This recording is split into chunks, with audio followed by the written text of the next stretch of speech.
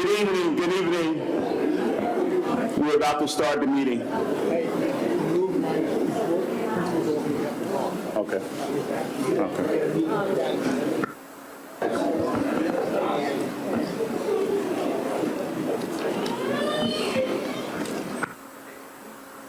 Good evening, everyone.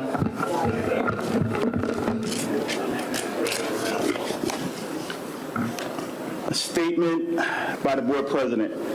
In accordance with the provision of Open Public Record Meeting, NJSA 10.4046, 1975C 231 S1 amended 2006 C70 S2, the Asbury Park Board of Education has provided adequate notice of this meeting by sending notice and the time and date, location, to the extent known, the agenda of this meeting to the Asbury Park Press, the new coaster on January 3rd, 2025 via email. Copies of the notice have been placed at the administrative building, bulletin board, district's office, Asbury Park Municipal Building, Asbury Park Police Department, filed with the city clerk on January 3rd, 2025. Asbury Park, the mission statement of the Board President. Asbury Park District will provide all students with comprehensive, progressive education where everyone possesses the skills and character to succeed in a diverse, evolving global society. Roll call. Ms. Ackerman? Here. Mr. Grillo? Here. Mr. LaRocca? Here. Ms. Lisinski? Here. Ms. Riggs? Here. Ms. Glassman? Here. Mr. Rogers? Here. Thank you. I'd like to make a motion. Do you want to salute the flag?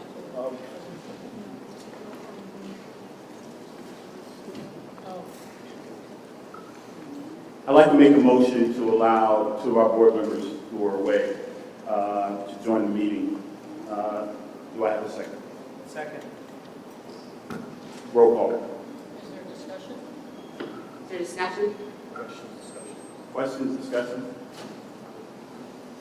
So I reviewed the district policy 155.1, and the policy actually reads and requires that in order for there to be virtual participation by the board members, they're required to submit a statement in writing requesting that they be allowed to participate in advance.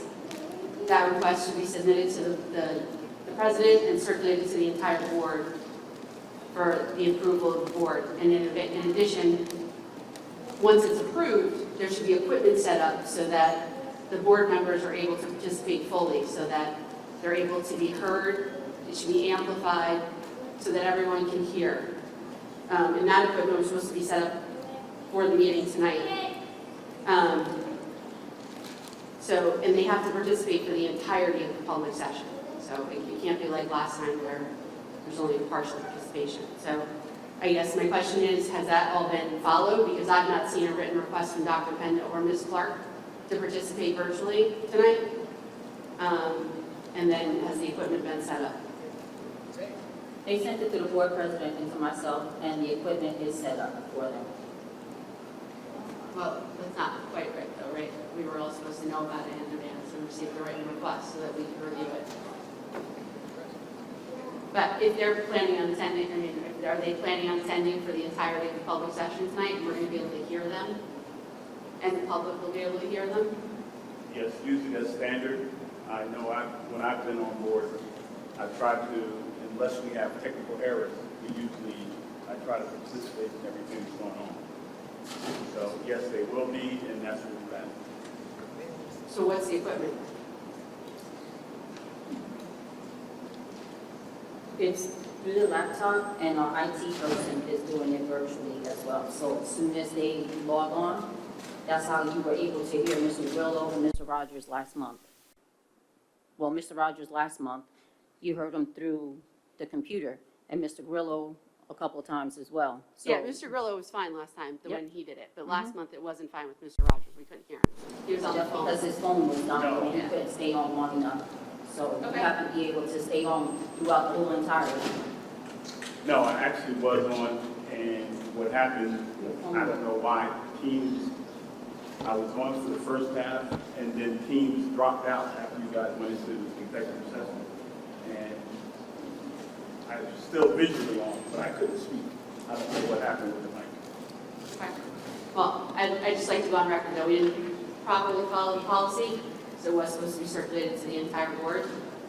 But if they're going to be able to participate fully so that the public can actually hear them, and then I think that's fine, as long as that's how it's going to work. And are they both planning on staying on for the entirety of the public meeting? Yes. Okay. Thank you. Any other questions? Any other questions?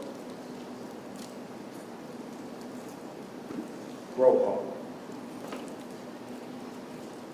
Ms. Ackerman? Yes. Mr. Grillo? Yes. Mr. LaRocca? Yes. Ms. Lisinski? I'm going to abstain.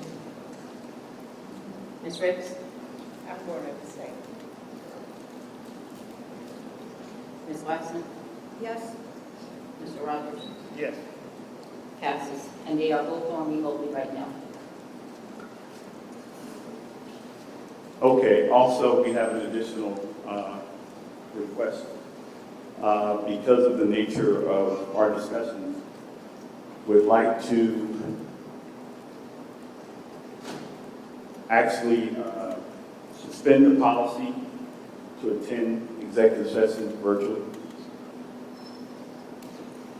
Any questions or discussions? So, Mr. Rogers, I think what you're asking for then is a suspension of the policy that Ms. Ackerman just indicated, the electronic participation by board members. Is that essentially the motion? Yes. An executive session. Okay. No, but isn't executive session a little different than the public session? Because executive session is supposed to be in confidence. And wasn't there something from Department of Community Affairs in regards to that? I don't think we were able to conduct virtual executive session meetings after COVID. There was some question as to public meetings, as long as there's a forum to open the meeting So in person. it's not a virtual executive session. The question is, can board members participate in an executive session that's being held physically present in the building, but at which the board members are participating electronically? The question, and Ms. Lisinski, I think the question or scenario that you posed is a little different in that it's not a fully virtual executive session. And so my legal opinion would be that if the board wanted to suspend its policy to allow board members to participate electronically in a live executive session, it'd be my opinion that the board can suspend the policy and allow those board members to participate virtually in the live, physically present executive session that would be held tonight. So if you don't have 5 physically present individuals in an executive session, and you need, let's say, the 2 to make up the physically present, which they're not executive session, isn't that in violation of the Open Public Meetings Act because there's not 5 people present physically at the location of the Bradley School? That's just a question. Yeah, I don't believe it would violate the Open Public Meetings Act to have 2 board members join an executive session virtually. If there's not a quorum of board members present, then in addition to... Yes. I remember last year, was it last year? Either last year or, no, 2 years ago, previous superintendent was here, and I remember Dr. Peno participated in an executive session as well. Yes, but we had over a quorum of individuals present physically at that time. There were in excess of 5 people. I think he was only the 9th person in that room, or 8th, depending on if we had a couple of conflicted individuals. So we had physically present 5 people at that executive session. That's what my question is. I'm just posing the question. I don't know who's going to be conflicted and who's not in executive session. Will we be able to see them? Will we be able to see that it is, in fact, Dr. Pena, Ms. Clark? Will we see them? And also, are they both going to be in locations that are secure? Like, are they going to be by themselves in spaces? Just to ensure the confidentiality of it is what I'm asking. So the answer to the question about are we going to see them, I'm not aware of their situation. And so I don't know what type of connectivity they have, if they have the ability to FaceTime or something else. I'm not aware of that. But I would say nevertheless, regardless if you can see them or not, to the extent that the board wanted to suspend its policy, whether or not you can see them, I mean, it's a nice thing, but it's not a requirement. So I would ask, though, to the extent that if they are going to participate electronically because the board suspends its policy, I would ask the board members who are participating virtually to confirm that there's no one else in the room with them, that they're not on a speakerphone, and that they're going to maintain confidentiality in the same manner as if they were here physically present. I think that that's the best that we would be able to do under those circumstances. Can we confirm that they're on, now that we voted them in? Just want to make sure that they're connected. I am on and listening to all of this. I don't know if you guys can hear me. Yes. I am present and hear all of this. Okay. Adam, is that the reason for the policy? What's the underpinning of the policy? So when I drafted the policy, actually I was asked to take a look at the Strauss estimate policy and then provide additional comments and protections, if you will. And so that's what I did when I tweaked that policy. And at the time, my recollection is that, and Ms. Lisinski, you may recall this, I think it was you and I that had a conversation about the executive session concern in particular.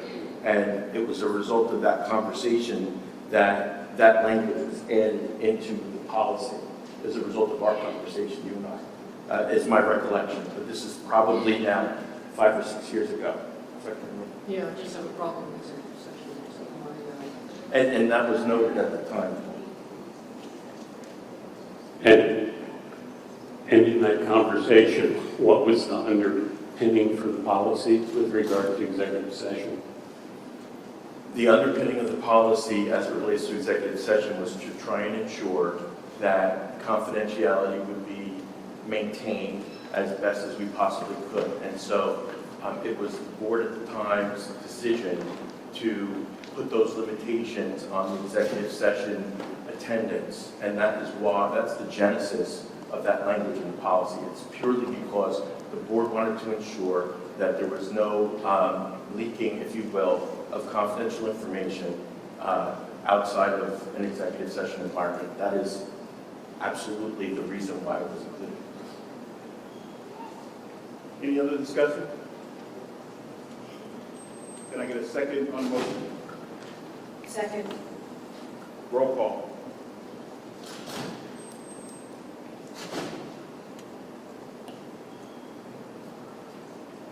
Ms. Ackerman? No. Ms. Clark? Yes. Mr. Grillo? Yes. Mr. LaRocca? Abstain. Ms. Lisinski? I'm going to abstain with the reasoning that I didn't vote the other time for executive session. I just think I don't believe that executive session is, virtual attendance is really in compliance, so I'm going to abstain. Abstain? I can abstain for the reason. There's two ways you can abstain. You can abstain with no reason. I'm abstaining with a reason, which I'm allowed to by Robert's Rules of Order. Dr. Pena? Yes. Ms. Riggs? I'm voting no with an explanation.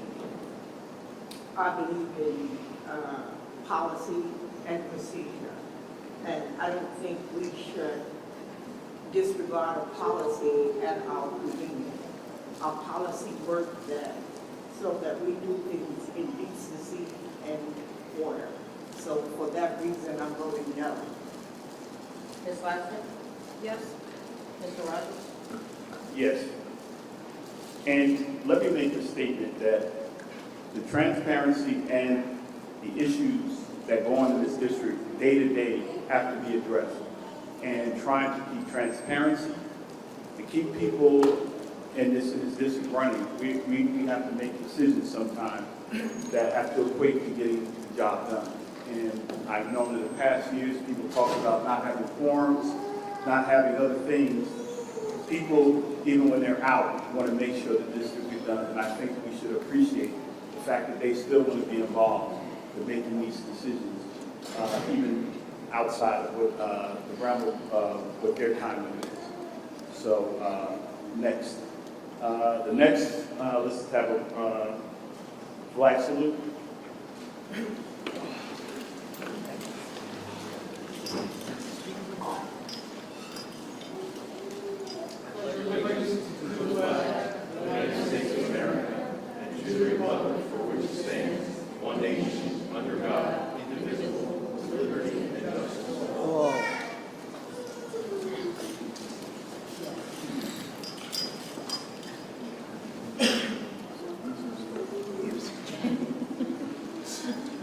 Right.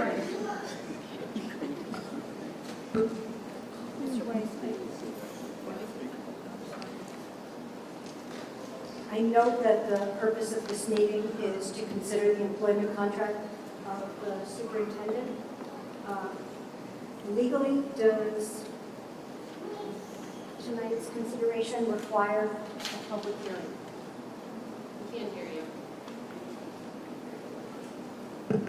The question was, legally, is a public hearing required for an assistant superintendent, an acting superintendent contract?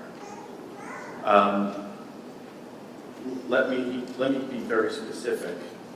To the extent that this board wishes to reemploy Mr. Gerbino for another year, under 6A 23A 3.1, a board hearing is not required for new contracts, including contracts that replace expired contracts for existing employees. So to the extent that this board wishes to offer Mr. Gerbino a contract that would begin July 1, then a board hearing is not required.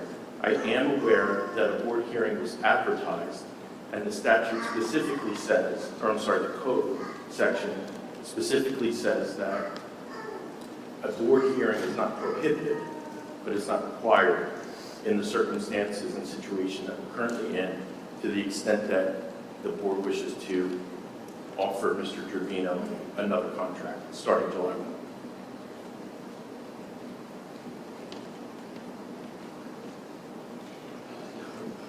Right now, what we can do,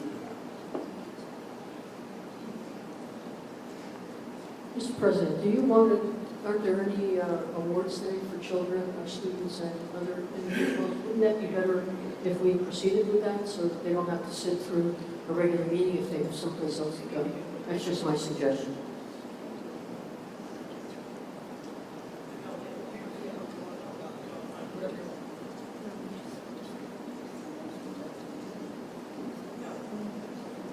right now, in the process that we're doing this hearing, right now, we have questions as to the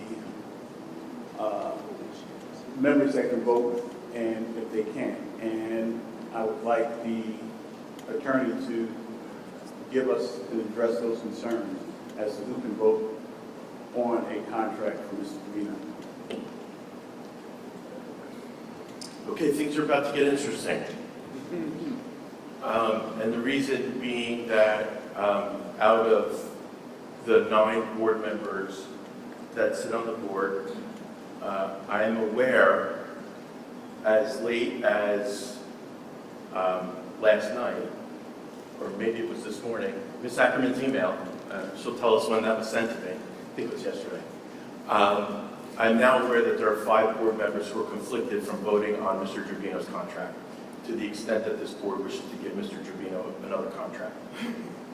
With that being said, the board has the ability, both pursuant to board policy and law, the board has the ability to invoke the doctrine of necessity, which would allow even those conflicted board members to vote on Mr. Gerbino's contract to the extent the board wishes to give him another one. There is a requirement, or a couple different requirements to invoke the doctrine of necessity, one of them being to have a resolution that essentially addresses the situation, memorializes the fact that the board members are conflicted, spells out each of the board members' conflicts, and then there's a vote by the board to invoke the doctrine of necessity.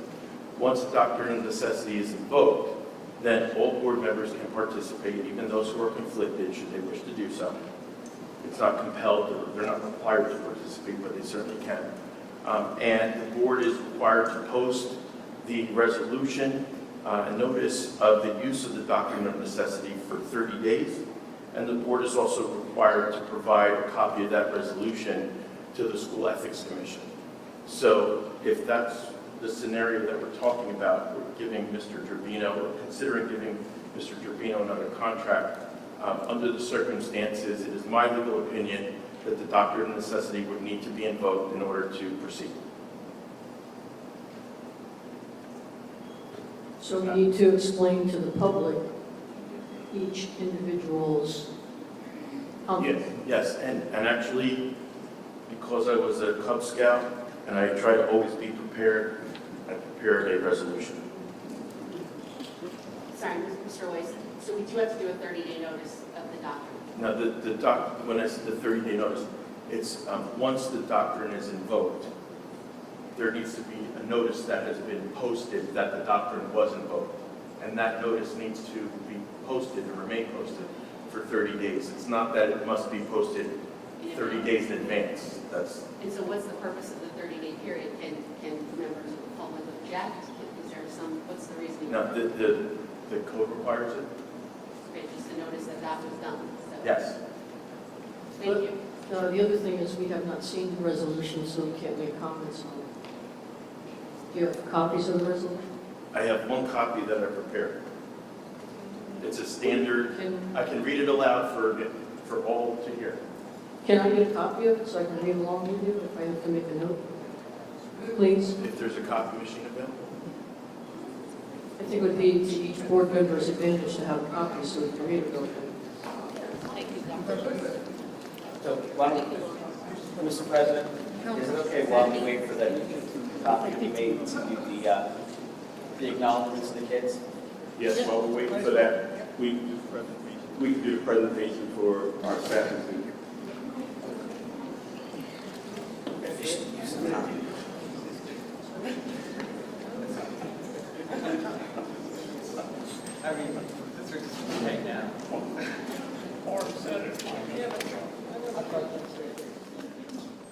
All right, at this time, we'd like to call up our principals, recognize our staff and students of the month. I'm going to start with Dr. Barry Medina. Thank you. So, our student of the month, who unfortunately isn't here, is Aurelie Silas, who is a recent graduate, ESL student who excelled beautifully, and is actually heading to Brookdale Community College to start her next chapter in her academic career. So we want to celebrate Aurelie. And for our staff, it was important for me to make sure that they were going to be here today, and I know we have some of the representatives. So our staff, once again of the month, and I think it's important to recognize because this partnership has been so fruitful to our students, is the school-based staff. So Ms. Beatrice, if you could come up, and if we have any other school-based staff, I do want to read a brief statement really quickly. So I'd like to take this moment to recognize and celebrate one of the most powerful partnerships we've had at Asbury Park High School this year, our school-based program. Led by Ms. Beatrice Patino, with the support from Victoria, Jason, and Desiree, our school-based team has made an undeniable impact on the lives of our students. Their work isn't just supportive, it's transformative. This year alone, school-based received well over 100 referrals for individual counseling, not just from teachers or administrators, but from the students themselves. That tells you something about the trust they've built. The team has created a safe, welcoming space for students to be seen, heard, and supported. They've run several meaningful support groups, including the men's group, Girl Talk, immigrant student support groups, and newcomers group. They've also gone directly into classrooms to speak with students, something all of us can relate to about stress and how to manage it. The work doesn't stop at our doors. School-based has taken students to trips to the KYDS Center, partnered with local pantries to support our families, and even donated 15 prom tickets to students who would not have otherwise been able to go. And perhaps one of the most powerful efforts this year was a mentoring program started by Mr. J.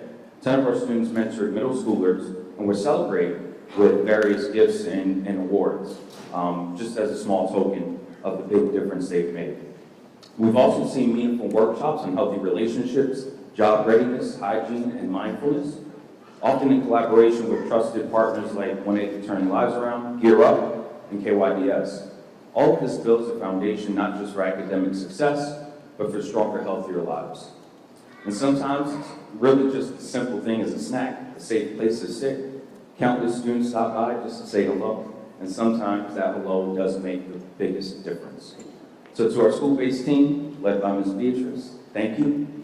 Your work reflects the heart of what we believe here in Asbury Park, that every student matters, and every student deserves access, opportunities, and support.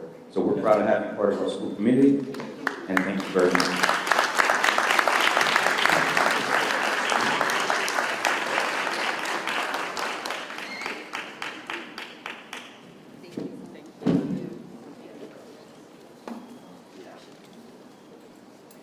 Now, I'd like to call up Mr. Kenny Martin to represent MLK Middle School.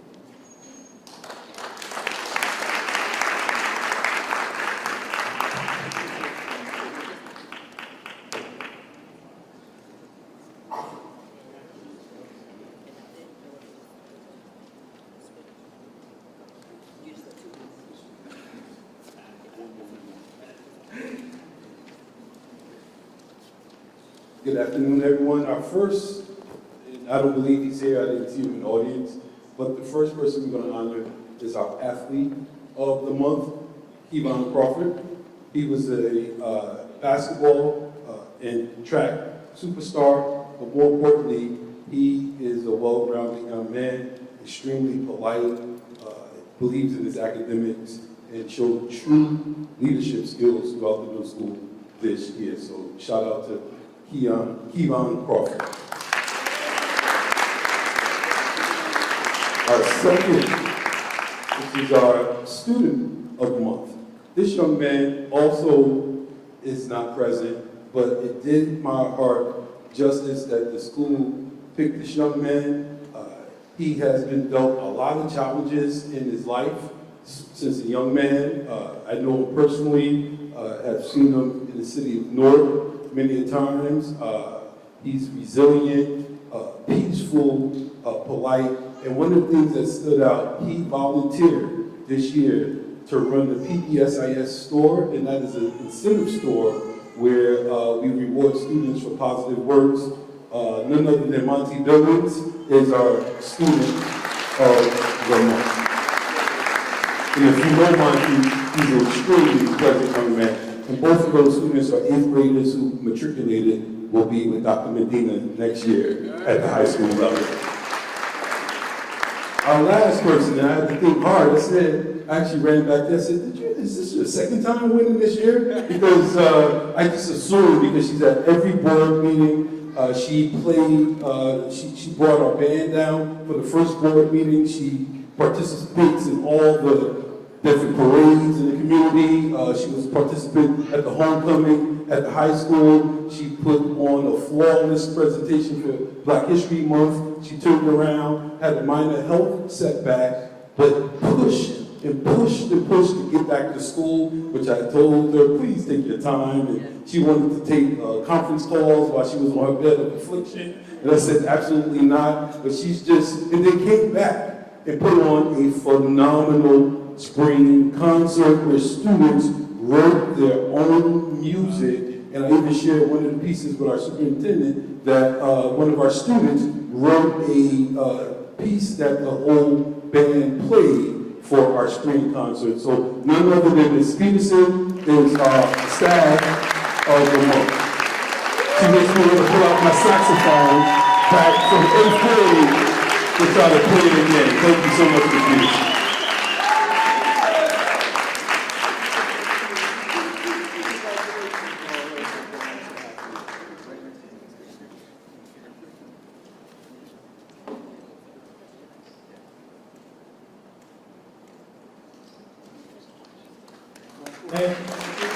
And at this time, I'd like to call Dr.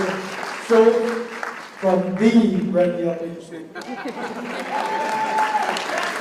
Good evening, everyone. I am Dr. Schultz, proud principal of the Bradley Elementary, and tonight for our end of the year Student of the Month, I am so excited and delighted to show this rising fourth grader who just completed her third grade year the recognition she deserves. Before I share her name, let's share a little bit about her. This young lady has only had 2 absences this entire school year. She has earned meeting and exceeding grade level expectations in every category on her report card for all 4 marking periods. And that is a testament to the exceeding growth that she has shown on our district-wide benchmark assessments in both Linkit, iReady, and writing assessments in Mrs. Nicholson's third grade classroom.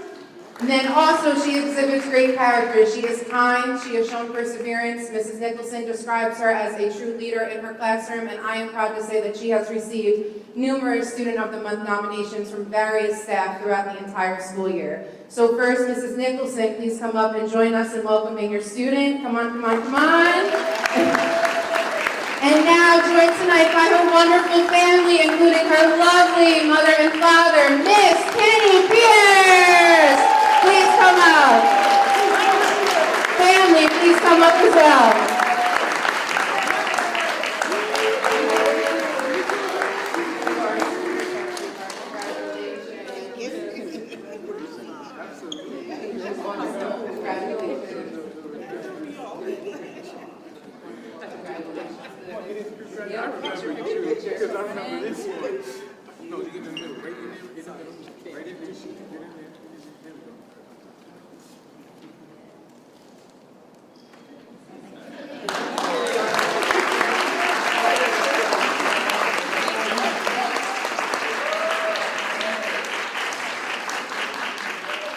And now for our staff member of the month for the Bradley Elementary.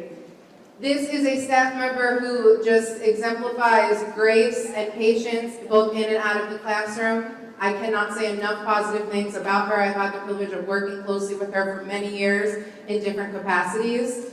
This year she overcame several challenges. She handled moving back into the classroom as an instructional coach with, like I said, grace, patience, and a very positive outlook. She is one of our biggest volunteers at the building level, staying after on her own time for every after-school event that we have, and I am not exaggerating with that. She volunteers her time to run our Girl Scouts program free of any cost, just giving her time to do it, so we have it for our students. She was with us today for a voluntary full-day data meeting to help move us forward for next year. She is someone who works hard and has also received numerous nominations each month throughout the school year by her colleagues, this month taking the lead with 6 nominations from her team members. So joined tonight by her mom, Miss Tiffany Andrews. Please come up and receive your Staff of the Month award, and thank you for being so positive in our district. Come on up, sugar.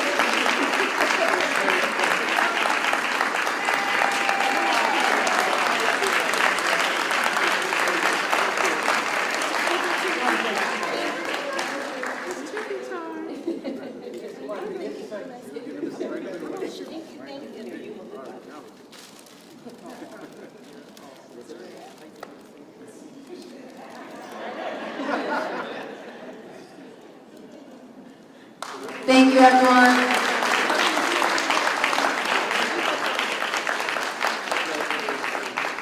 And lastly, Mr. Gia Delorme, Thurgood Marshall Elementary.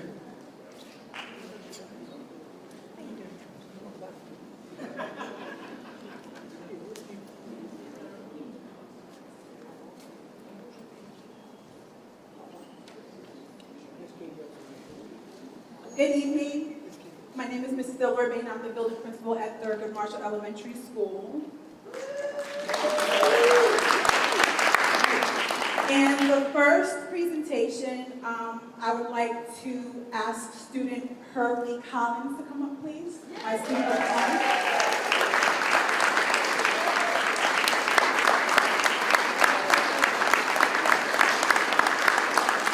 Herbley is one of those students who makes you smile the moment that you see him in the hallways. I always enjoy visiting his classroom, especially during the morning meeting, where I get to see him fully engaged and in action. Some may see Herbley as quiet or reserved, but they haven't gotten to know him like I have. This young man is a dancing machine. Music is his motivation, and when the rhythm hits, it transports him into another world. Thank you, Herb, for your hard work in class and showing up every single day with your quiet strength and joyful spirit. Congratulations on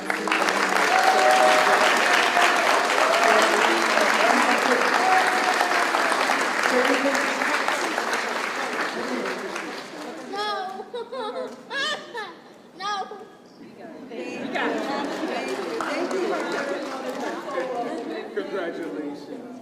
Hi, buddy. Thank you so much. Thank you. Good job.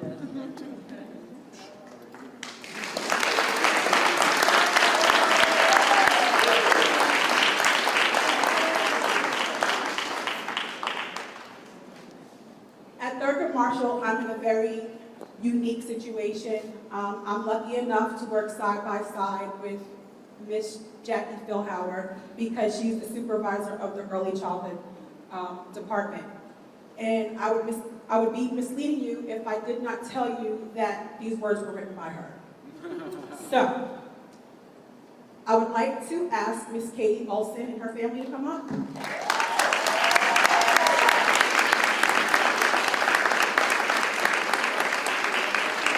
Miss Olson, our remarkable preschool teacher and a true beacon of leadership.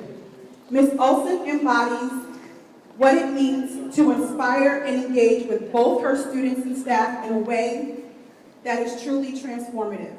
Her relationships with colleagues, students, and families is nothing short of extraordinary. She brings an infectious positivity to our school community, radiating warmth and encouragement like a ray of sunshine on a bright day. Her classroom is not just a place of learning, it is a sanctuary where every child feels valued and empowered to explore their potential. Katie has gone above and beyond by leading our recent autism awareness event, demonstrating her unwavering commitment to inclusion and understanding. Her passion for advocacy enriches the lives of her students and serves as an inspiration and example to all of us. Congratulations.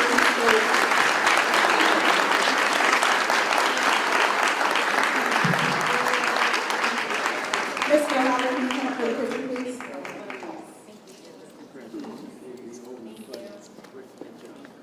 Yeah, you gotta get in here.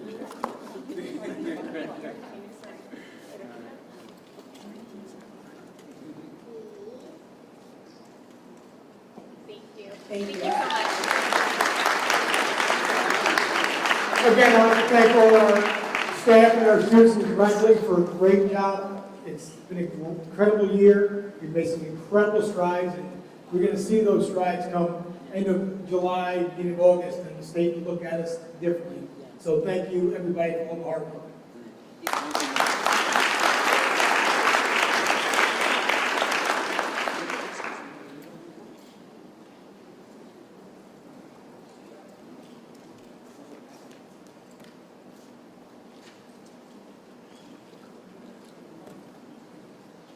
Okay, right now, we're back to business.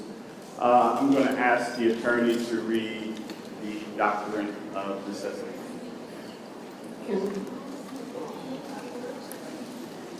Can we, you're gonna read it, then we're gonna move and second and then have questions, correct? Should we discuss corrections or adjustments to it before it's read first? Because then we wouldn't be able to, if somebody didn't want to change it, we wouldn't be able to add information to the resolution if they didn't want to amend their.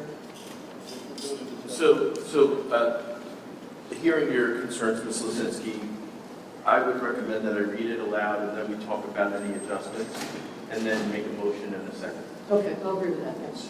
Okay, thank you. All right, so ladies and gentlemen, I'm going to be reading aloud the resolution invoking the doctrine of necessity for the purpose of voting on the acting superintendent's employment contract. Whereas Mark Gerbino has served in the capacity of acting superintendent for the 2024-2025 school year, and whereas the board is considering the renewal of Mr. Gerbino's employment in the capacity of acting superintendent for the 2025-2026 school year, and whereas upon review of the various conflicts of interests of the current board members, it has been determined that 5 of the members have conflicts of interest pursuant to the New Jersey School Ethics Act and Board Policy 0142.1, governing nepotism and other conflicts of interest, and Board Policy 0163, quorum. And whereas pursuant to Policy 0163, when a quorum of the board has conflicted interests, the doctrine of necessity may be invoked in order to allow conflicted board members to participate and vote only when the Board of Education has fewer non-conflicted board members than are required pursuant to statute to take action. And whereas when invoking the doctrine of necessity, the board shall state publicly that it is invoking the doctrine of necessity with the reasons for doing so and the specific nature of the conflicts of interest. And whereas the board policy further provides that it shall read the resolution invoking the doctrine of necessity at a regularly scheduled public meeting, post the notice of the resolution for 30 days, and provide the School Ethics Commission with a copy of the resolution. And whereas the School Ethics Act, NJSA 18A:12-21 et sec, was enacted by the New Jersey State Legislature to ensure and preserve public confidence in school board members and school administrators, and to provide specific ethical standards to guide their conduct. And whereas the School Ethics Commission has provided guidance regarding the invocation of the doctrine of necessity when a quorum of the Board of Education is not available because members of the Board of Education have conflicts of interest on a matter required to be discussed and voted upon. And whereas the board intends to have discussions concerning the appointment of Mark Gerbino as acting superintendent, whereas members of the board have conflicts of interest that would prevent their participation and vote on the employment agreement with Mr. Gerbino are as follows. Number 1, Stephanie Ackerman, Dominic LaRocca, Jesse Ricks, and Giuseppe Grillo are all involved in litigation brought by Mr. Gerbino, which is currently pending in Monmouth County Superior Court. Number 2, Tracy Rogers' significant other, Jessica Indri Tejan, is a paraprofessional employed by the board. Number 3, Jesse Ricks' niece, Sharon Jones Ward, is employed by the board as a human resources coordinator. Whereas, as a result of the foregoing, the board does not have a quorum to vote on the acting superintendent's contract, and the board's counsel and the board have determined that it is necessary to invoke the doctrine of necessity. Now therefore be it resolved that the above paragraphs are hereby incorporated by reference, and be it further resolved that the doctrine of necessity is hereby invoked with respect to the board's deliberation of and the public vote related to the acting superintendent contract for Mark Gerbino. And be it further resolved that a copy of this resolution, having been read at a public meeting of the board on June 26, 2025, be posted in accordance with the board's standard procedures for not less than 30 days, and that the board secretary reflect the same in the minutes of the meeting. And be it further resolved that a copy of this resolution be provided to the School Ethics Commission. Any discussion?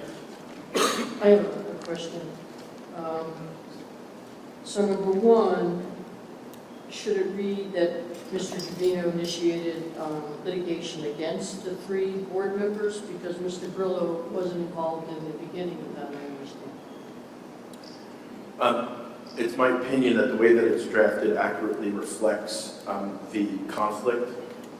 Let it be known in public that, yes, Mr. Trevino filed an action against Mr. LaRocca, Ms. Ricks, and Ms. Ackerman, and Mr. Grillo submitted a certification in support of a filing by Mr. Trevino, such that he then became involved, in my opinion, in the litigation, which would constitute a conflict.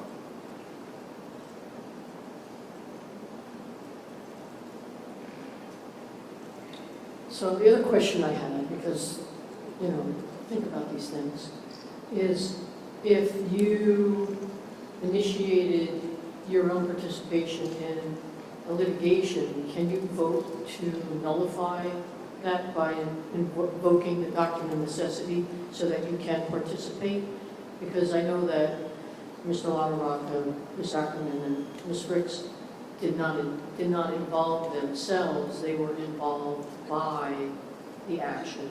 I'm just wondering if it's a conflict to vote, to allow yourself to vote because you participated in something. Do you understand what I'm trying to say? I do understand what you're asking. To be clear, Mr. LaRocca, in my opinion, Mr. LaRocca, Ms. Ackerman, and Ms. Ricks are what I would call involuntarily conflicted, because it's not, they did not affirmatively become involved in litigation with the acting superintendent. With that being said, I'm only looking at this from a school ethics standpoint, in which case, when the doctrine of necessity is invoked, that allows someone with a no conflict to vote. Now, what I would say though, is while they can vote once the doctrine of necessity is invoked, should they vote? Different story, to which I would suggest that perhaps they, to the extent they're represented by counsel, they should consult the counsel as to whether or not they want to be involved. If they want to, they can, and only from an school ethics standpoint, once the doctrine of necessity is invoked, I believe that clears them as it relates to any school ethics concern. There may be other concerns that they may have that aren't within the school ethics realm that they want to consider. Yeah, and Mr. Rogers and Ms. Ricks, in regard to employment issue, they have family here, that's not something that they initiated. Correct. Right, so the question is, should you vote to, Yes, so yes, because otherwise, it's my legal opinion that they are not conflicted from voting to invoke the doctrine of necessity, if that's your question.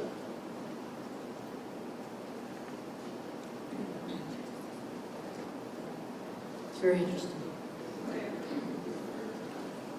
Mr. Weiss, I have a question and comments on the resolution. So the question is, has it been tested? I mean, are you aware of any situations where the doctrine is invoked, there's a conflict, someone votes, and then an ethics violation is brought against them later on because they voted in violation of the previous opinion? I am not aware of any cases like that. I am aware of the regular invocation of the doctrine of necessity by boards that have regular standing conflicts, such that basically every employment action that's on an agenda invokes the doctrine of necessity. Okay, thank you, that's helpful. And then, another question. I have an edit to the resolution, so I provide that now? Sure, please. So I would just ask that as to, and this is the background, as to Mr. Rogers and Ms. Ricks's familial conflicts, I think there's no question that those are in fact conflicts, correct, under the Ethics Act? They're within the They're definition. absolutely, in my opinion, they're conflicts, which is why I was I think what I would like to add, though, as to Mr. LaRocca and I, and Ms. Ricks as it relates to the lawsuit, is So this is the third paragraph. It has been determined that 2 of the members have conflicts. And Ms. Ackerman, just point me to where you are again. so sorry, third paragraph, second line, 1, 2, 3, second line. okay, begins with been determined Yeah. that 2 of the members have conflicts of interest pursuant to the New Jersey School Ethics Act. And 3 of the members have potential or the possible appearance of conflict of interest pursuant to the New Jersey Ethics Act. But the only thing I would say, Ms. Ackerman, is it's not an appearance, it's an absolute conflict that you, Ms. Riggs, and Mr. LaRocca have as a result of the filing of the litigation. That was put in writing by me in a legal opinion memo. But that's your legal opinion. It hasn't been, we don't have an advisory opinion confirming that. If I read an advisory opinion or a case that has pretty much very similar, it's a very similar fact pattern, I don't know how that just is my opinion. It's fact that when someone's involved in litigation with an employee, they should not be dealing with anything related to that employee.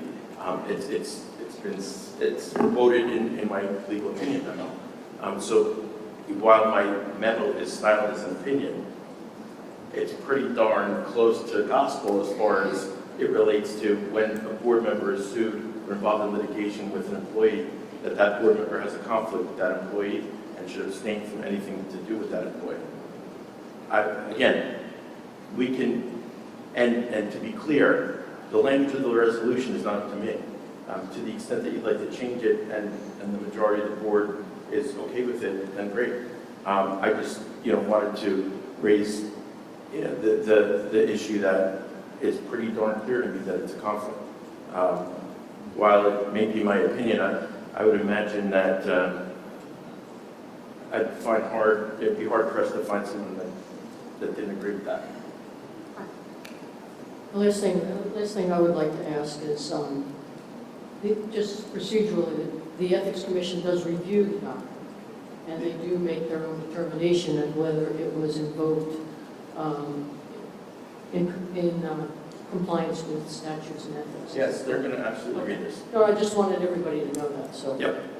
And also concerning that, right now, this is going to be an optional vote, and each of you members, and I know my situation, and you're open to make your own judgments and decisions on how you make the vote.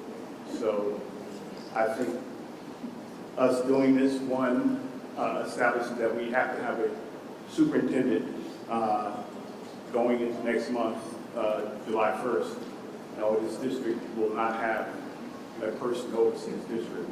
So the decision you made, and we check and create this option, well, now everyone on this board now will have an option of making a decision as to what goes on with this district.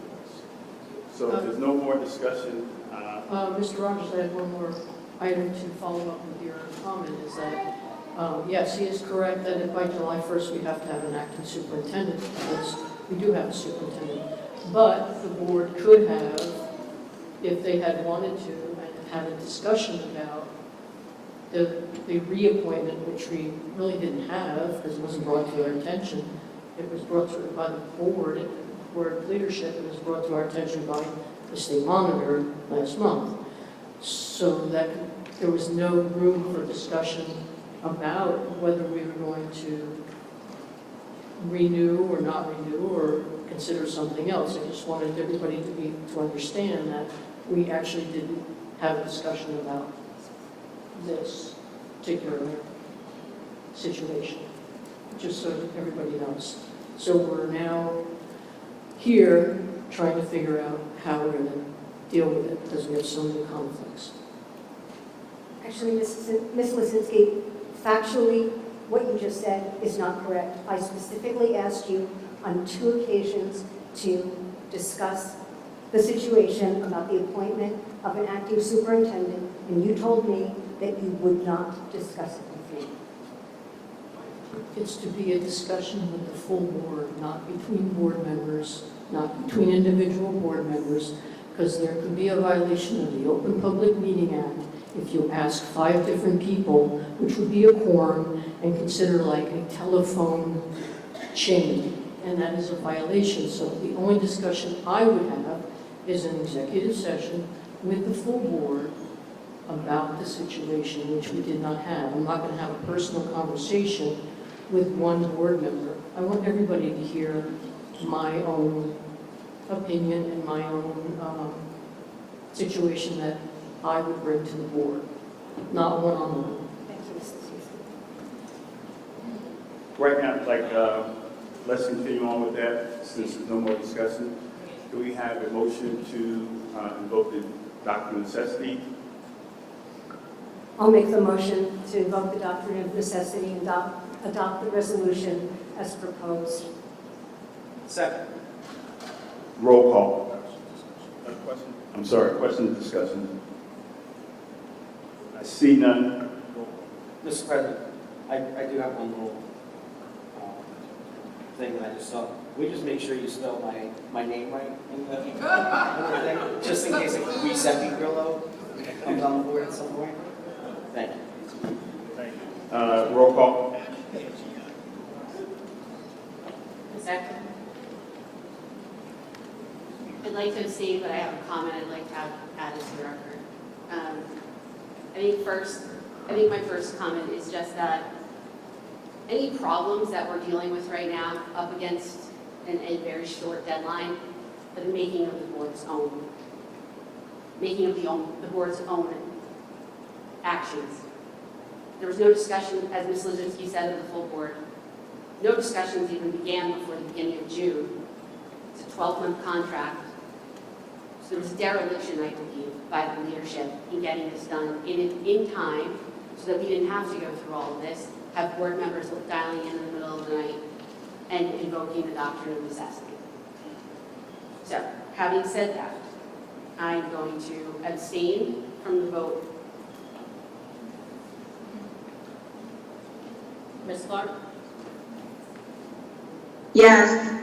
Mr. Grillo? Yes. Mr. LaRocca? Abstain. Ms. Lizinski? I'm going to abstain. Dr. Kent?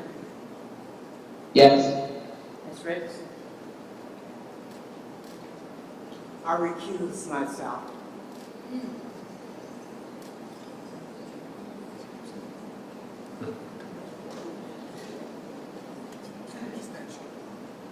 Ms. Lassen? Yes. Mr. Rogers? Yes, and I'd like to make a statement. I'm going to make this pure and simple. This has been a very trying year for myself, and I'm going to continually say it. These actions that come on each and every day become nonsense. When we know there's a dysfunction in the system that needs to get done, we meet once a month. We have committee meetings once a month. And it always comes back to the leadership not doing what it needs to be done, but nothing or anyone puts in the amount of work, and I'm especially talking about my vice president, to assure that we have issues that need to get done for these kids to be, for teachers to be paid, for our students to get educated on a regular basis, and for continually to have continuous dysfunction because we want to come up with this one or this or that becomes nonsense. Because I am the most open and transparent person, and I will sit down with anyone, but I will not sit down and create nonsense over nonsense to get this stuff done. This is what has happened 20 years in this district. And it's history. And people have called me, reporters have called me, people have asked me, and things have not gotten done. And I'm really tired of it. So people can come in here and say stuff and put social media posts about me. I get things done. And I look to get things done because we have a short amount of time to get it done. And think people need to be open and honest and have honest discussions.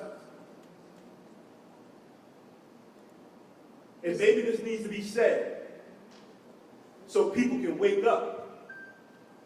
But we need to get this district going to move ahead to where we're going.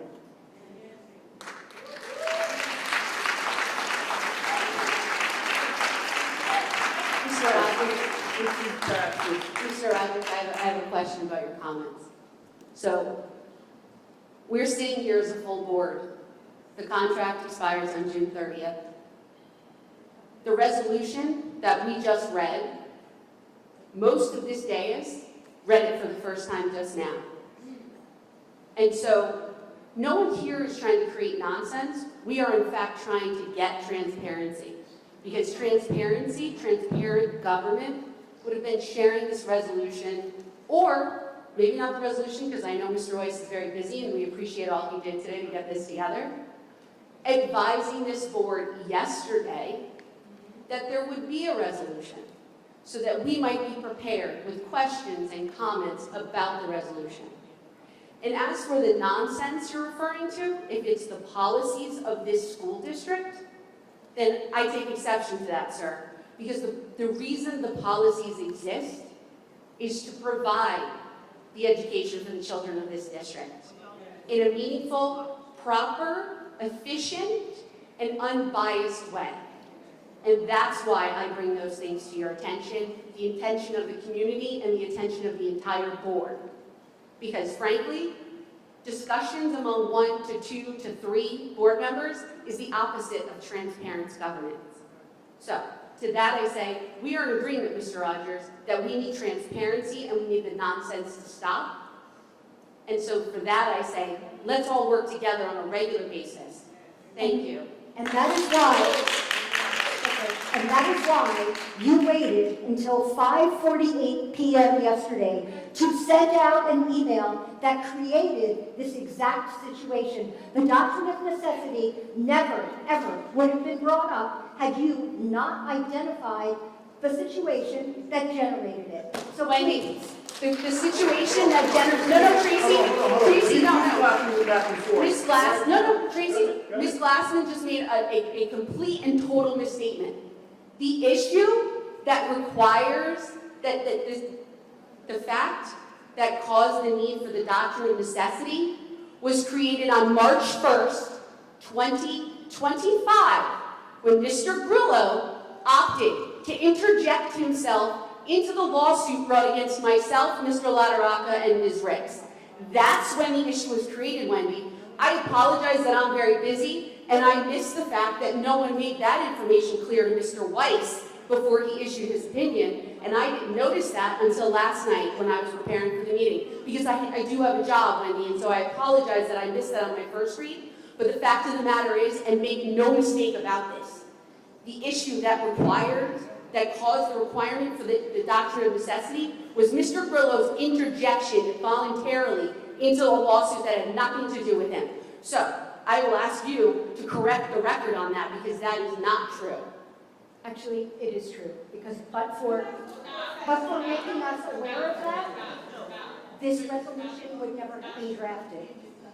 And Right, because Mr. Grillo would have voted being conflicted, Wendy. That's what would have happened. And so the vote you would have taken tonight with Mr. Grillo being conflicted would have been overturned by the Ethics Commission when they were made aware of it. So this is, again, back to the procedures. And that's the last thing I'll say about it. Can we get the vote counted and move on? Right now, I could just announce the pass. Okay. Right now, we're gonna do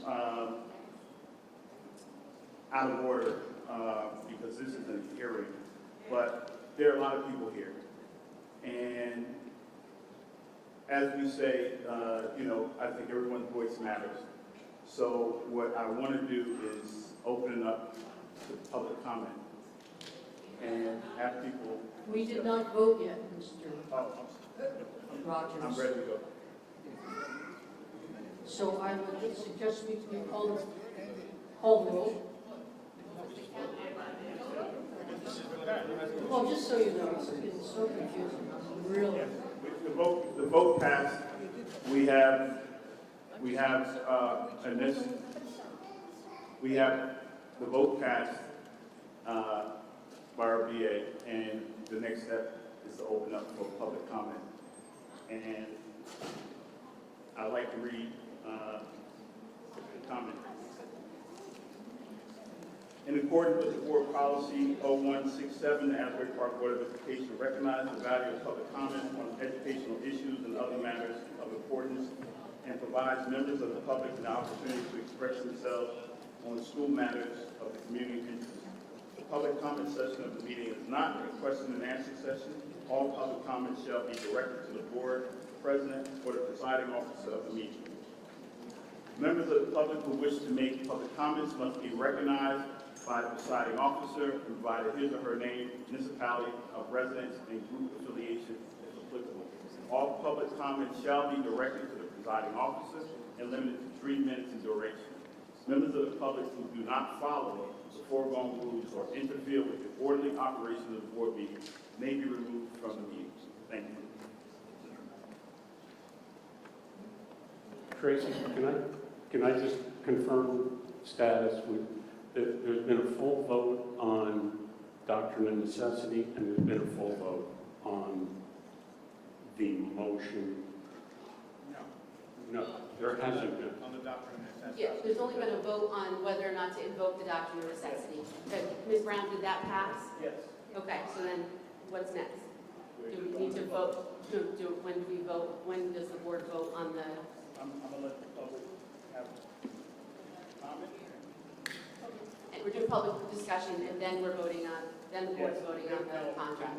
Okay, thank you. We will go into executive session because we do have to discuss the contract. So can I report point of order? Mr. Weiss, shouldn't we first do the hearing and then open the public comment, or open the public comment and then having a separate? Okay, so as I explained earlier, under NJAC 6A 23A-3.1, it's my opinion that a public hearing is not necessary. It's my understanding that we're just opening up the meeting for public participation as we would any other board meeting. If the board president wishes to have the public comments limited to the hiring of, or rehiring, whatever you'd like to call it, new contract for Mr. Gerbino, the board president can limit the conversations to that particular issue, so long as we have a subsequent public hearing where anybody can talk about anything. So just to reconfirm, what public hearing are we having? We're having a public hearing on everything, or we're gonna have to have 2 hearings. Okay, so you're including Don't call it both I together? mean, not a hearing, it's not a hearing. I think it'd be easier. We're not having a hearing. Yeah, I think what we're trying to say is this is the portion of the meeting during which public participation on any topic is welcome.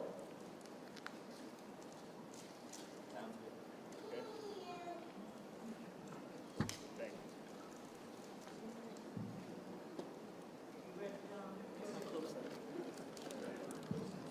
Good afternoon, evening, hello. Hello, Sheila Brazil, 1200 Jefferson Street, Asbury Park, former board member.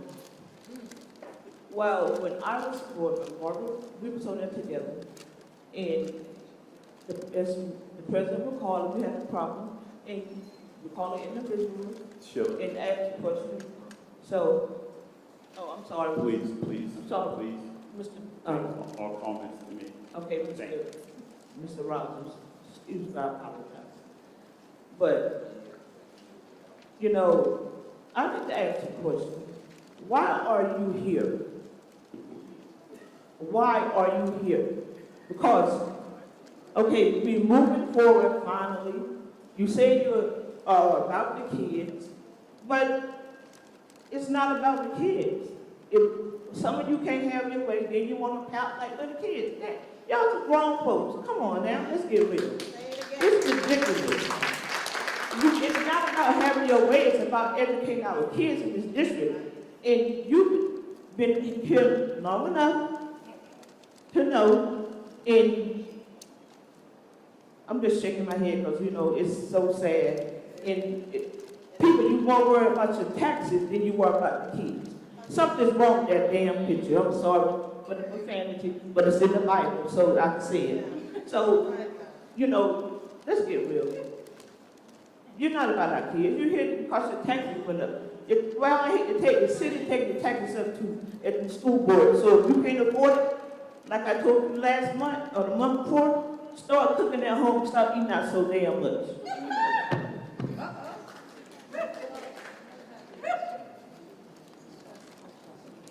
Angela Benz Anderson, First Avenue. So, like Sheila, I once sat on this board. And the problem that we had when I first started, the board was dysfunctional and it was divided. And I, Barbara, Mr. Grillo, Lada Rocca, and some others that are not here, we all worked together to come together. We followed the process, the protocol, and we made sure that every voice was heard because it was valued. I don't see that here. What I see is that you have one side, again, divided from the other side. And you all should be here focusing on the children. And that somehow seems to be missing. And that's unfortunate, because these children can't go anywhere else. They can't go into another school district. They're here. Now, I'm not saying that anybody is here saying, oh yeah, please go ahead and raise my taxes, because I don't want my taxes raised. And I'm paying a whole lot of money. Some of us are renters, and we don't pay taxes, so it don't bother you. But for those of us who do pay, it's a hardship. And if you've eaten at McDonald's lately, just 2 meals can cost $30. So things are really expensive. But what needs to be done is that you need to stop fighting and picking and having an attitude with each other. The other thing I want to ask, when I sit on the board and I see the things have changed regarding policies and procedures, but when you had a superintendent, there was an evaluation of that superintendent. The board would set goals, and then the superintendent would achieve those goals. And that's how he was given another contract based on those goals that he achieved. I would like to ask the board president, has there been an evaluation of the current acting superintendent? That's number one. And you're saying that you will be without a superintendent come July 1st. Well, have you during this past year done a CSA superintendent search so that you would not be in this situation? That's the question that I have for you. And I know you can't answer that because this is not a back and forth. I've sat on the board long enough for 10 years, but I'm just curious. And the other thing is, when you have committee meetings, you're supposed to make sure, see, the committee meetings were set up, just in case you didn't know, for those members who were unable to attend the 6 o'clock workshop. Okay. And then the meeting, and the members were able to attend the committee meetings or the board of a whole. And if they can't attend, then it's your job to fill them in and provide them with that information, because they are a board member. My time is up. Thank you.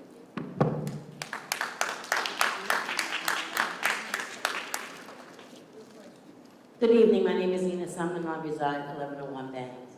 And I'd just like to say to Mr. Jabino and the board, but Mr. Jabino, mostly for you, I was impressed because I went to both graduations, middle school and high school. And for me, it was very emotional to actually see every kid that walked that stage personally gave you a hug as they were walking off the stage when they got their diplomas. For me, that was very emotional because it shows to me that those kids actually pay attention to the fact that they see you. They see you in the buildings, they see you at the football field, they see you at events. They know your face. And all the years that you've been here, you actually showed those kids how much you really care about them. What I'm asking the board tonight is, I haven't really seen most of you at anything in this district in the years I've been here. And I'm talking events, I'm talking activities that I've done at the middle school, and I've invited board members to attend. But it's sad to say that our board members do not really interact with our children on a day-to-day basis like our superintendent does.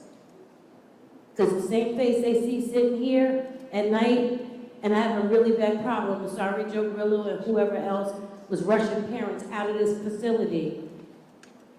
But at the end of the day, when these parents are coming to this board meeting, whether they're coming for recognition or not, allow our parents to sit here and see all of this. Because in the community, you guys are complaining that parents don't come out, parents don't get involved. But when you see them sitting in this audience, you want to rush them out the door and say, don't have them sitting here all night long. But it's fine for the rest of us to sit here. But the parents that are actually here, you don't want them to see this. Why?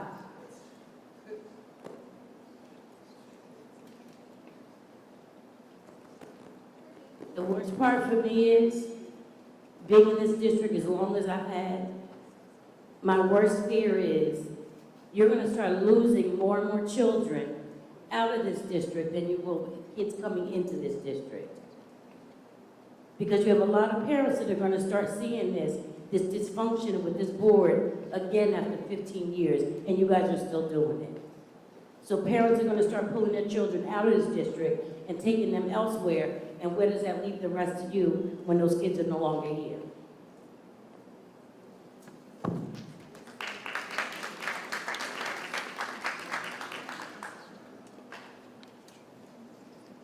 Calvin Henderson, 405 First Avenue. When people are talking about renters and people that own homes, when the taxes go up, the landlords raise your rent up, just to let you know that. Okay? Now, we have 2 superintendents, you know, and I think it's a crying shame that money's being wasted, because that money should be wasted on the children, okay? We should not have 2 superintendents. That's a pet peeve of mine, because the children need books, the children need one-on-one attention, and they're not getting that because we're spending all this money. Regardless of our taxes going up, okay, let's realize something, that the children have a right to have every tool that's possible to give them education. You know, so we have to have a debate. Why do we have 2 superintendents? Why is there a man sitting at home getting paid? And then we're trying to put somebody else as a superintendent. And why did we not do a superintendent search? Why couldn't we do proper protocol, you know, so that we're not here bickering, okay? If we're going to be talking about leadership, leadership begins on when I come in for an interview. Like, I come in for an interview. You have to interview people so that you can have something ready. So, you know what?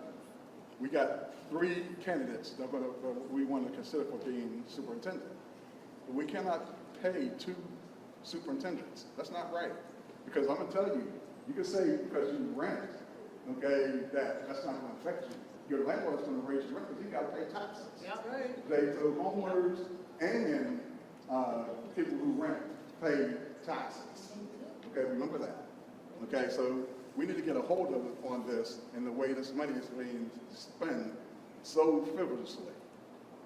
Okay, so somebody got to come up with a bright idea, and we got to find out why are we paying for 2 superintendents. It's not right. It's not ethical. Thank you.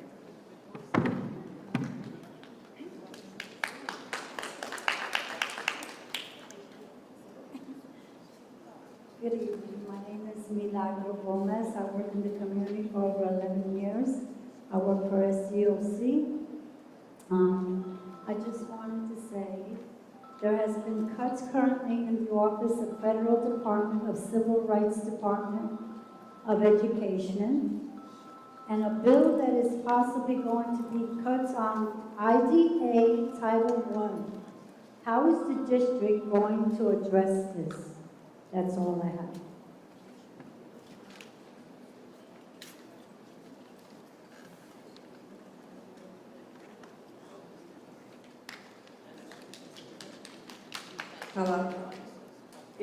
my name is Barbara Counselor, and my address is 302 3rd Avenue. I'm sitting up here because I'm sick of the dog and pony show. I'm sick of it. Every time I come to a board meeting, y'all going at each other. It's a shame. We have people outside that's coming to our meeting talking about how the board is acting up and how y'all arguing in public and all that. It needs to stop. You're not here for the kids. You're not here for my son. My son who just graduated last week, 8th grade. And I received the award, and only Tracy, Ms. Jackson, Mr. Ruiz, Mr. Mark Jamino, no, he didn't, said thank you. Thank you for all I have done in the district and starting a program that my son is the face of. And I thank Mark for everything he has done for my son, Mark. If it wasn't for him, my son wouldn't have made it, graduated for eighth grade, because my son was struggling so bad. And people know that he was struggling. And Mark said to me, I had a meeting, Mark said to me, give me time. Promise, give me time. In a month, he came back with an option, and a good option for my son to start a program. And I thank you for everything you have done. And when you go back in the back, think about the kids. Put your egos to the ground. Take the chip off your shoulder. It's about the kids. And if you keep doing this, I'm going to pull my son away. Because this makes no sense. You arguing amongst each other. It's about your egos. Put your egos away. Because the kids are suffering. I walk through the trenches all the time for my son. Everybody knows. But not just my son, but other kids in the district as well. To make sure that they get the best education and the needs that they have. And last year, the kids wasn't getting that. Teachers are happy. People are happy in the district because of Mark. You want to go back to what it was before? Black Cloud? When the Black Cloud left, it was a different in this district. No more Black Clouds over this district. No more. Not at the expense of my son, me, or anybody else kid in this district. And if you're not about the kids, I'm asking you tonight, step down.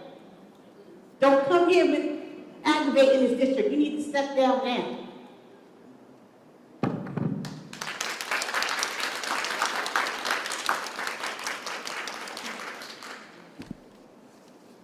Hi guys. Jean Grossman, 9 Sunset Drive, Asbury Park. One of the things, I think we've talked a lot about a lot of different things, and I've been here since 2012, and it is about the kids. The one thing that I implore the school board do is start to figure out how the money, the fiscal money that is going into the district is delivering something better than a 1 out of 10 education for the children of Asbury Park. And how do we get them to adulthood in a way that they can function for themselves and for their families?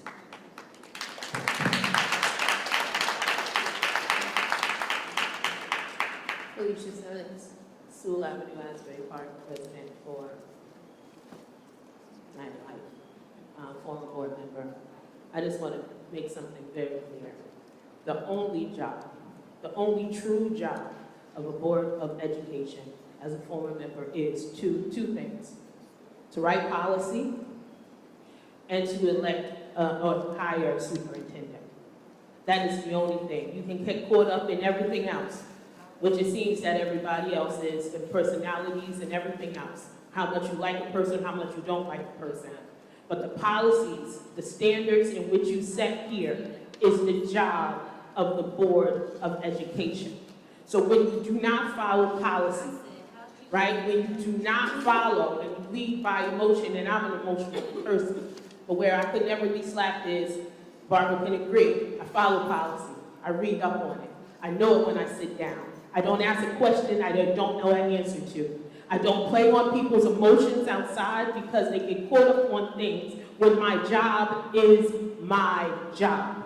and the job is to write and follow policy, and to elect or to hire a superintendent, which we already have one.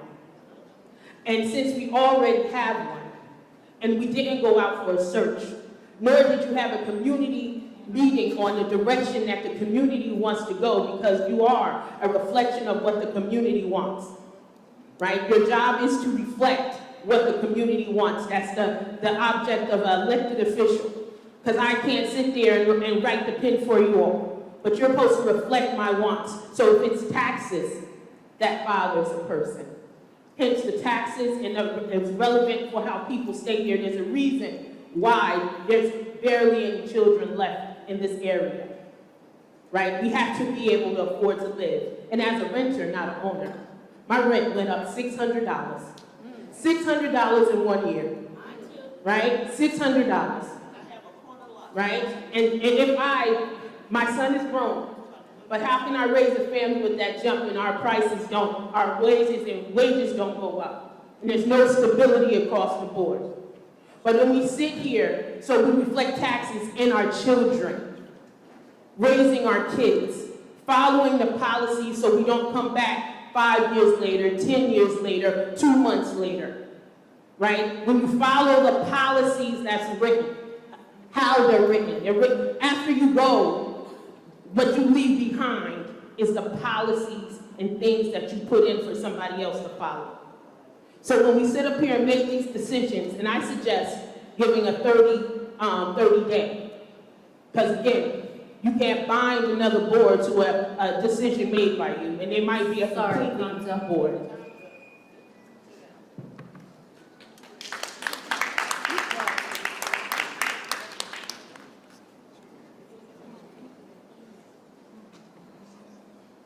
Good afternoon, Asbury Park.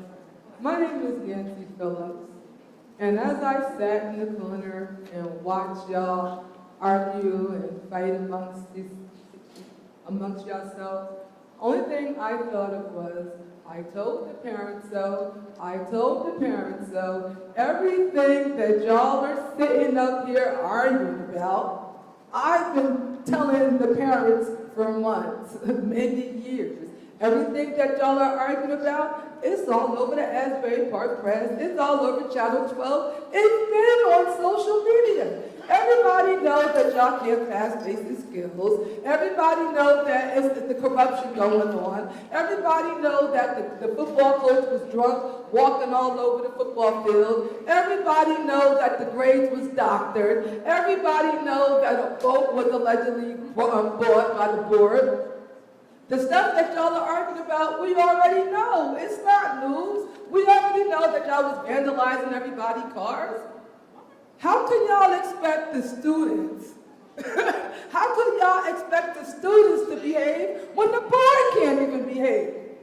Not one of y'all. And y'all all sit here with the dumb look, like this wasn't all over social media. Everything that y'all are arguing about, I'm laughing. Because y'all been warned, but nobody want to believe nurse said. Of course I'm going to follow this in court. Nepotism. Y'all know who was related to who before y'all hired them. Now all of a sudden it's the issue. It wasn't an issue when you was paying your cousin or your uncle or your brother. Now was it?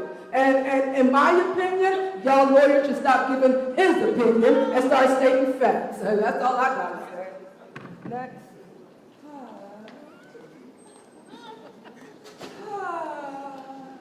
Good afternoon, my name is Brittany.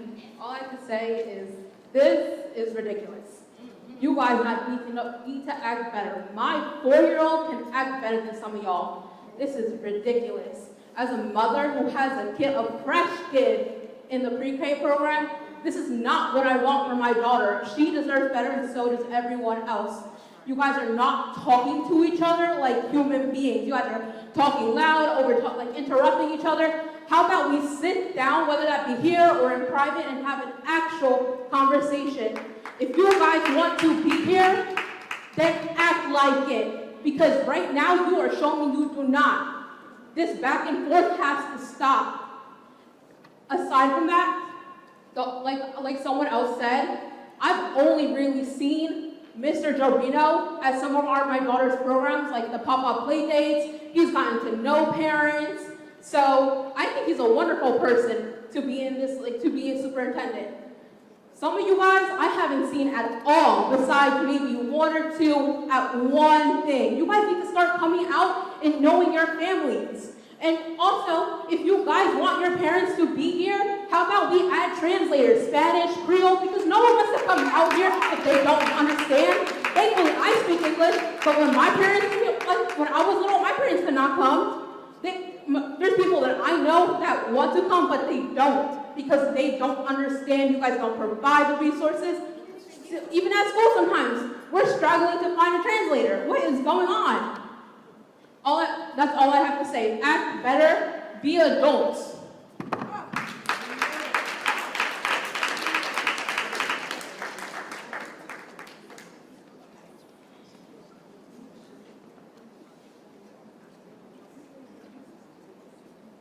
Okay, we're closing the public session, and thank you for everyone speaking.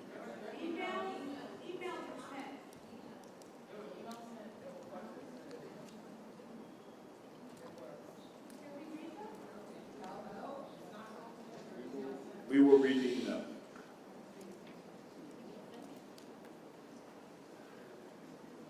Dear members of the Board of Education, I hope this message finds you well. My name is Adonia Snyder, and I've had the privilege of serving as a special education teacher for the Emotional Regulation Impairment Program at the Dr. Martin Luther King Jr. Middle School. As we conclude our first school year, I want to take a moment to reflect on the success of this program and express the deep importance of its continuation. What began with just one student has grown into a supportive and transformative learning environment that serves 7 students, 2 of whom were tuition students from outside the district. This growth is a clear indication of the increasing need for a program like ERI and the impact it can have on some of our most emotionally and behaviorally challenged students. The ERI program was created to serve students who often struggle to find a place within a traditional academic setting. These are students who need more than just academic instruction. They need a safe, structured space where they feel accepted, valued, and understood. In ERI, students are given that space. They are not judged by their past behaviors, but rather supported in working through their challenges, learning strategies for emotional regulation, and gaining the tools they need to succeed in both school and life. This program provides so much more than academics. It gives students the opportunity to reflect, grow, and see themselves in a different light. In ERI, we celebrate progress, no matter how small. We work with each student to uncover their strengths and talents, many of which have overshadowed by behavioral difficulties in the past. The program fosters a strong sense of belonging and self-worth, which in turn translates into improved behavior, increased academic engagement, and greater confidence. It is no exaggeration to say that the ERI program changes lives. It flips a critical gap for students who might otherwise fall through the cracks, and it gives them a path forward. As we look toward the future, I respectfully urge you to continue supporting this vital program. Its success this year has been undeniable, and its potential to reach even more students in need is vast. Thank you for your time, your consideration, and for your continued commitment to meeting the diverse needs of all leaders in our district. Warm regards, Adonia Snyder. Dear members of the Board of Education, I am writing to express my strong endorsement of the ERI program. As a parent of a student currently enrolled in the program, I have witnessed its profoundly positive impact on my child, both academically and emotionally. The ERI program has provided the necessary structure, support, and individualized attention my child requires to excel. It has enabled them to develop valuable coping skills, build confidence, and remain more engaged in school. I sincerely hope the district will continue to support and improve the ERI program moving forward. It is making a tangible difference in student lives, and I firmly believe it is essential for their continued growth and success. Please consider the impact it has had on students like mine as you make your decision. This program matters. Demira Stevens. Dear President Rogers and the Asbury Park Board of Education, my name is Danielle Petrucci. I am a resident of Middletown, New Jersey, and I am an LDTC on the Child Study Team. I am writing to you this evening to share with you what it is like to be a member of the Asbury Park School Child Study Team this past year. This year, I had the absolute honor of working with the staff, students, and parents of the newly implemented Emotional Regulation Impairment Program. Initially, I felt the hesitation and doubt from our students and their parents when faced with the discussion of this program. I also then quickly witnessed each of our children who entered this program absolutely thrive. I received phone calls from parents and out-of-district tuition-paying schools thanking our staff and administration for implementing such a successful program for our children who in the previous most recent years were sent out of school on extended home instruction, faced with disciplinary hearings, and just outright dismissed by our previous administration. During the 24-25 school year, not only did we see some of our ERI staff and students recognized at the Board of Education meetings, we also celebrated one of our parents who received an award at our recent 8th grade promotion ceremony. Our children in this program transitioned into general education and honors level dream courses, and even tapped into the creative side by writing poetry and songs performed by our very own middle school students. The inclusivity and emotional support provided in this program has opened up a whole other level of empathy, compassion, and understanding in our children. This program did not exist prior to this past school year, and it could not have been what it is today without the supervisors hired to lead and work collaboratively with CST, teachers, and families. Our supervisors, Dr. Garbolino and Mr. Haig, supported our staff, our children, and their families who had lost faith in our school district prior to this program. Dr. Garbolino and Mr. Haig always put our children first. This past school year, we are finally staffed so that every child eligible for special education-related services is receiving services as per the New Jersey Special Education Code. In 22-23 and recent years prior, many students were not receiving therapy and services as mandated by their IEPs due to the previous administration's outright refusal to support our children's needs. This past year, we as educators and child study team members felt supported by our supervisors who know too well that we needed a change this year in order to truly support our children in this program. They understand because they too were educators and a CST member here in Asbury Park. Another improvement this school year, thanks to Dr. Garbolino, who was hired as our supervisor in July 2024, were the enhancements made to our special education parent advisory group. These meetings consisted of staff who volunteered their time and wanted to be there to share how proud they are of our special education program this year. Additionally, our parents were given the opportunities to ask questions and share their concerns as the staff empowered them with a better understanding of their special education rights as parents. Our department is on the best track ever. Our children are making great gains academically and emotionally. Our parents have trust and faith in our district again. Thank you to the Central Office Administration and Board of Education members who made these changes possible this past year. Good evening, my name is Dot Ellison. I am a school psychologist on the Child Study Team at Asbury Park High School. I have just completed my 19th year in this position, and I reside in Brick, New Jersey.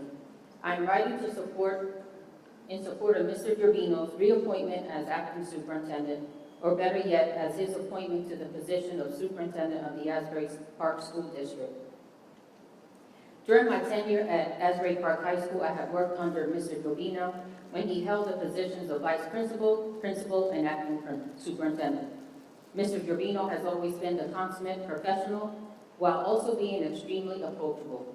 In each position, I have personally witnessed him making hard decisions to put the needs of the district and our students first. He has always been honest, forthright, and respectful to all parties involved. He is a tactful negotiator who holds the trust of students and their families, as well as faculties and staff. Even if one disagrees with a decision, Mr. Gerbino has always treated each person fairly and impartially. You always know where you stand with them, and he has never harbored a grudge. Mr. Gerbino assumed the role of acting superintendent when student performance and faculty morale was at all-time low. Anyone who could lead the district, whether staff or student, did their best to lead the district before Mr. Gerbino was handed the reins. With honesty and integrity and always while raising the bar for all, Mr. Trevino has succeeded in raising test scores throughout our district and restoring a sense of hope, camaraderie, and community among staff and faculty. Staff and students want to be here to work and learn under the direction of Mark Trevino. Furthermore, having been principal from the elementary school level to the high school level, Mr. Trevino is entrusted by our families, as he is known by all and has proven himself to be a strong advocate for the best education and well-being of our students. To lose Mr. Trevino from this position at this point would be a tremendous loss to the district. He knows our families, our communities, our staff, our struggles, and the pathway to success.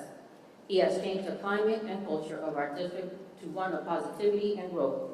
We need him to continue in this position for the benefit of our district and our upward climb. Please reinstate Mr. Trevino tonight.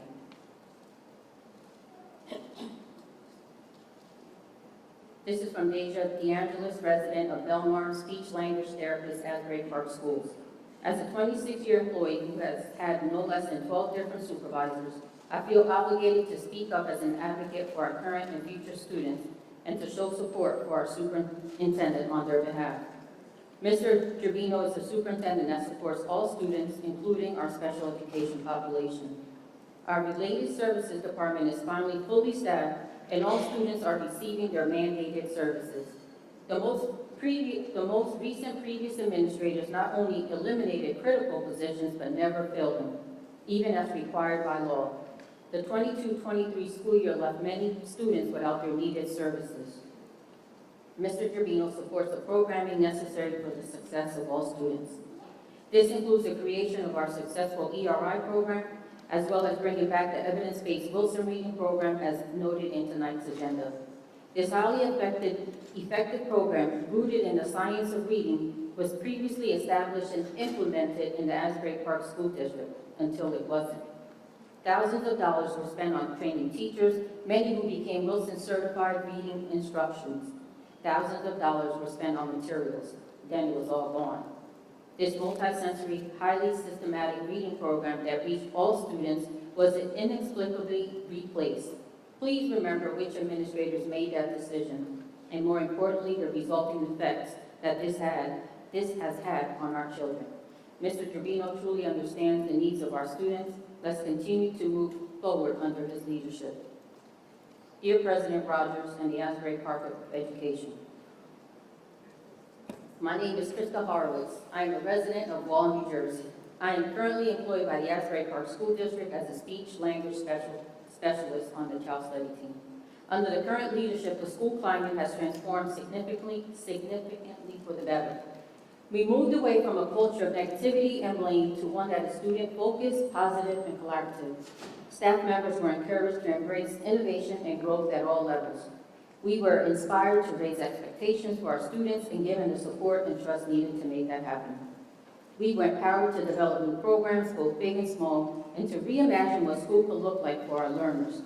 Perhaps more importantly, we welcome families into our schools as active participants in their children's learning and development. The excitement and renewed sense of partnership has been palpable.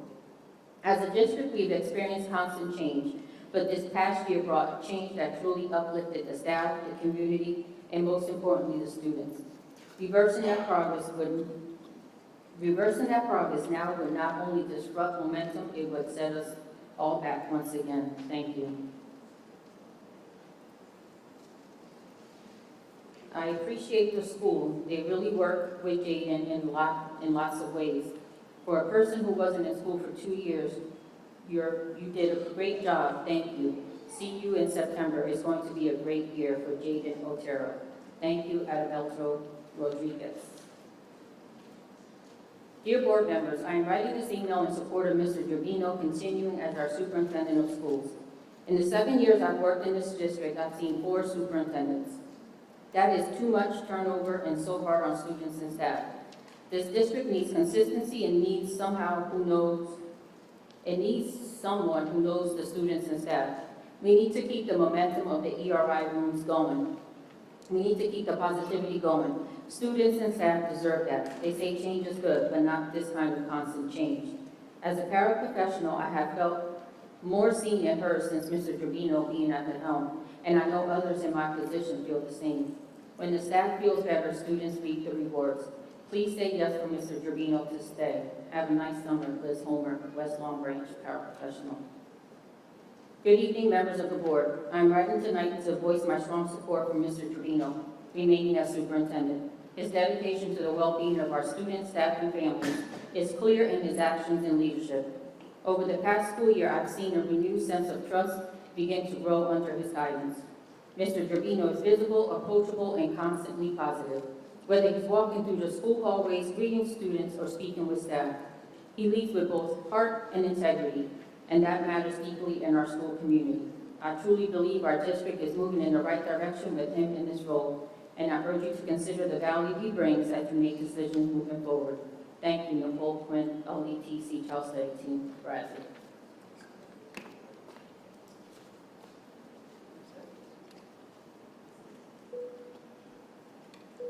Close.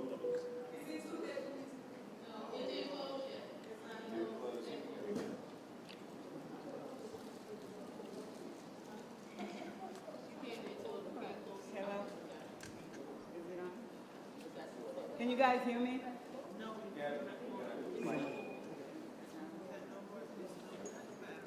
I didn't know I wasn't going to, but knowing me, I cannot just sit down and not say anything.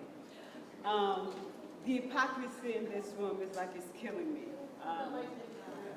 Yes, the hypocrisy in the room is killing me because everybody's saying like, you know, Mr. Trevino, it's all that, he did this, he did that. But I know I'm going to get backlash, and I know people coming after me, but I'm ready for that. 2 years ago, when Dr. Adam was here, like, you know, all the staff stood there. Oh, we tap heavy, tap heavy, tap heavy. We still tap heavy. When Mr. Trevino got hired, he hired all his people with a higher salary, but no one is saying anything. And we're talking about that ERI program. It's good. When it first started, it started with one supervisor, one teacher, and one student. One supervisor making over $131,000. I'm glad it's working, but no one is talking about that. So now, everyone wants, like, you know, no accountability, no clipboard. I'm happy, yes. So we're all happy because no one is coming into the classroom on a daily basis and then check us out. It's good. I'm glad because I'm good. But we still have to talk about what's going on. And then they say Mr. Trevino does not hold grudges. I've been in this district for 30 years. I can write a book. I can write a book. I know things. When I said I know things, I have received. So my thing is, instead of you guys fighting among yourself, open your eyes and see what's good for the children. Do your job for the children. And I know some of you are not looking at me, you know, twisting your neck, and I could do that too, and I could name your name. I need your respect. Thank God I don't even Asbury Park, and I did not, you know, vote for you. But do your job, and then before we just applaud Mr. Trevino like he's like, you know, God mighty, because he's not. And again, put me on record, do not come after me. Do not retaliate against me. And again, my name is Carolyn Vidal. I've been with this district for 30 years. I know things. Good night. Don't clap. I don't need you to clap. We're not clapping. We are good. Thank God. I don't need you to. Wendy Rosenfeld, Asbury Park resident. At the beginning of the meeting, there was a lot of talk about transparency. I think that talk lasted about 10 minutes, 20 minutes. I've attended a handful of these meetings, and there's never any transparency. I came to the budget meeting. There were no details given. Following up on what this woman just said, I mean, and what others spoke about, I have nothing against the superintendent. I don't know if he's done a good job or a bad job, because once again, there's no transparency about what his evaluation has been. Has there been an evaluation? And when we talk about results, in regards to how the school system is doing, which one would think would be his evaluation. I mean, we're still ranked last. So while our scores may have gone up slightly, when you're starting at the lowest end, to raise up a few percentage points doesn't really seem like it's adequate.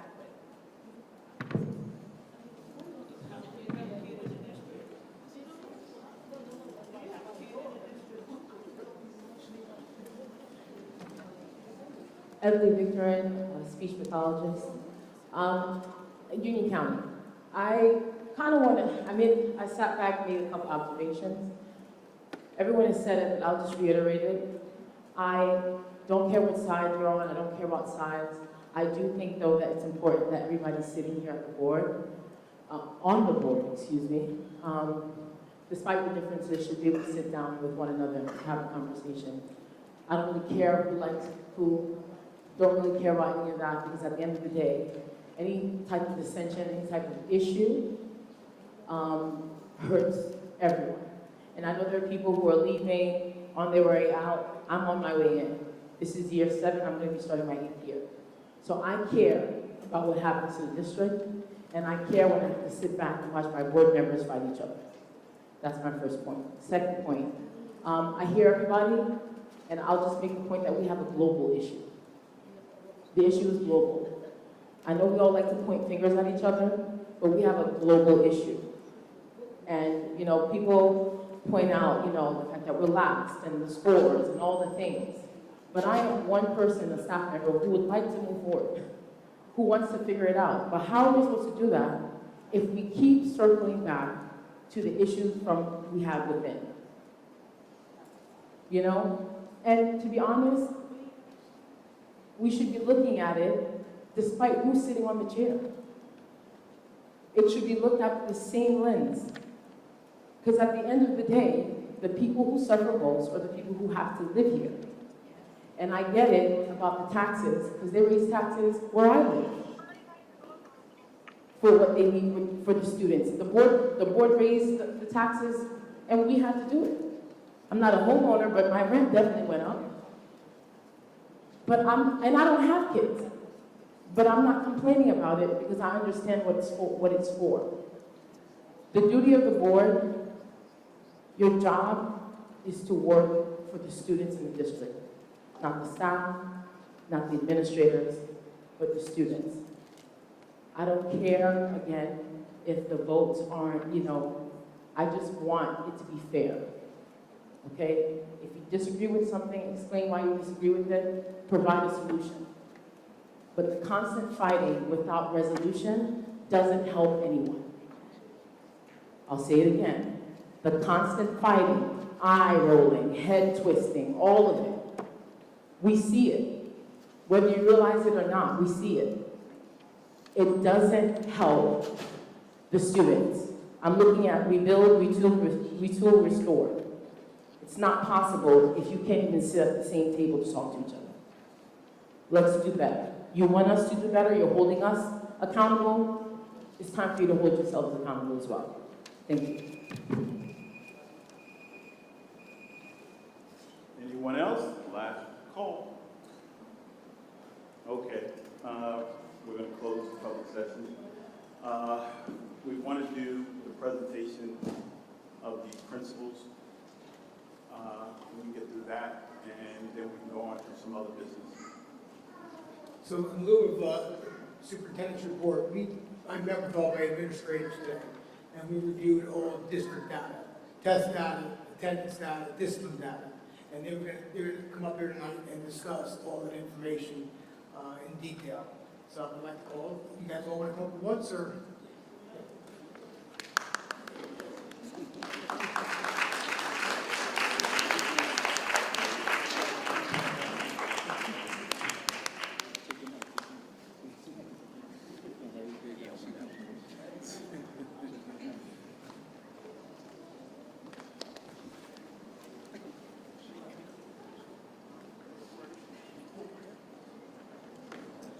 Good evening again. My name is Mrs. Del Verde, and I'm the building principal at Thurgood Marshall Elementary School.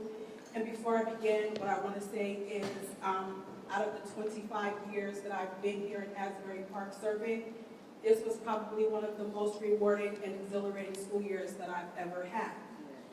The numbers that I'm going to present to you tonight are just a snippet of some of the amazing things that are happening within the walls of Thurgood Marshall Elementary School.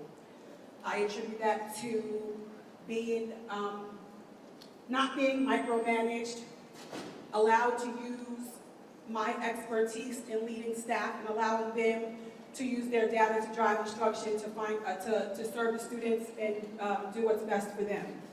So, student yearly attendance rate, 90%, staff yearly attendance rate, 94%. When it comes to the core phonics screener, pre-K students are tested in 2 different cycles. It's basically one group of students in one cycle and then another group of students in another cycle. So the first cycle, 50% of pre-K students were reading above or at grade level. In cycle 2, 80% of the students were reading above or at grade level. Kindergarten students, 85% are at or above grade level.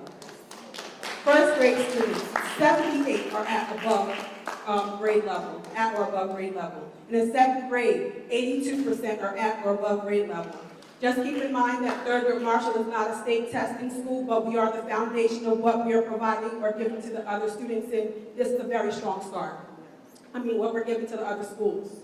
In math, 78% of our kindergartners are meeting or exceeding grade level expectations. First grade, 81% are meeting and exceeding grade level expectations. In the second grade, we have 75% of our students either meeting or exceeding grade level expectations. In I-Ready ELA, we had 49% meeting and exceeding grade level expectations, and that rose to 80%. In first grade, we started with 9% meeting or exceeding, and that rose to 31%. In second grade, we had 5% meeting and exceeding in the beginning of the year, and that went up to 31%. And overall, we went from 41% of our students at risk to only 18%.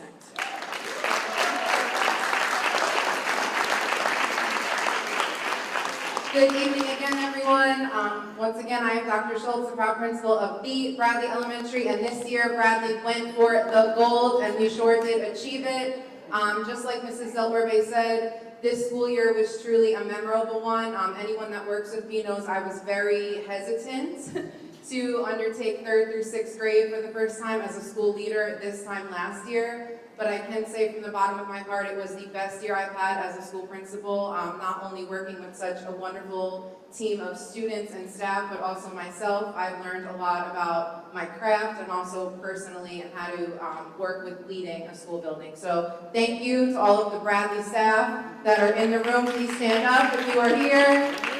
This is a tribute to your hard work. So with that, a snippet, a snapshot of all the great things that went on at BES this year. Our student yearly attendance rate was, for 344 students, was 92%.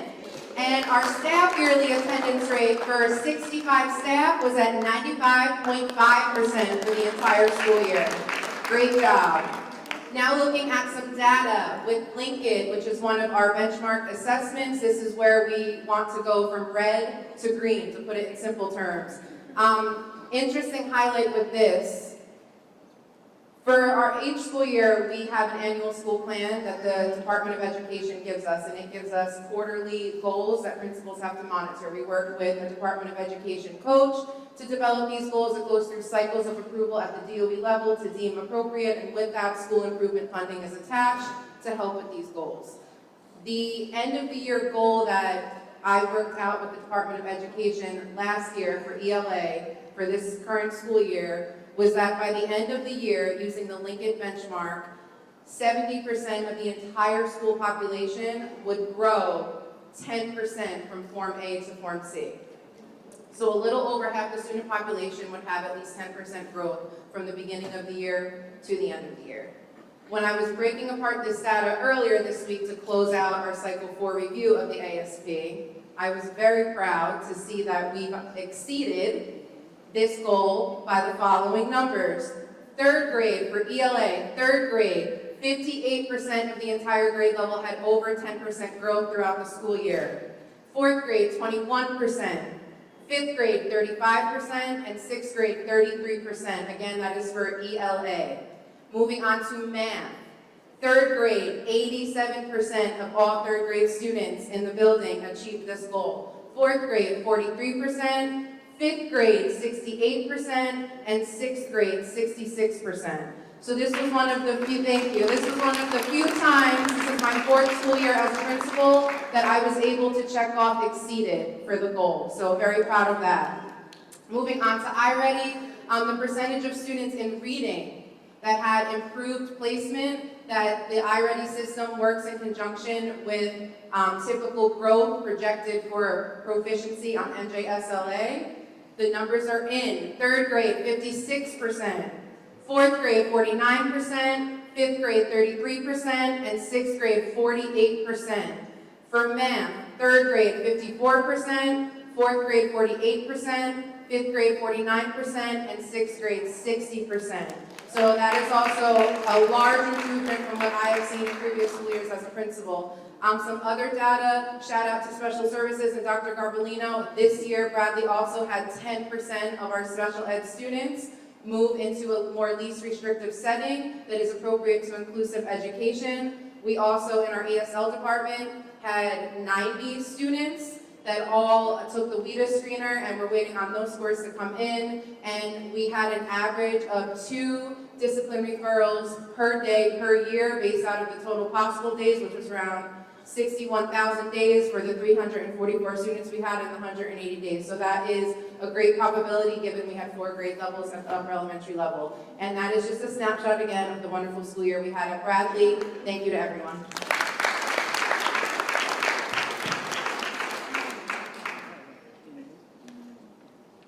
Good evening, everyone. I've been censored and time capped, so I promise I'll be quick. But I tell you, it's very difficult. If you know me, I'm quite passionate, quite emotional, because I believe in what I do. This is my 30th year in education. 20 as a classroom teacher. Of that 2010 as a mathematics teacher at the middle school. And then 10 years as an administrator. And I just had the luxury of starting as a math supervisor, vice principal, and then principal. So I see the building from a different set of lenses. And I just thank the Board of Education, Superintendent Giordino, for just allowing an outsider from Essex County, New Jersey, North New Jersey, to come to be a part of the Asbury Park family.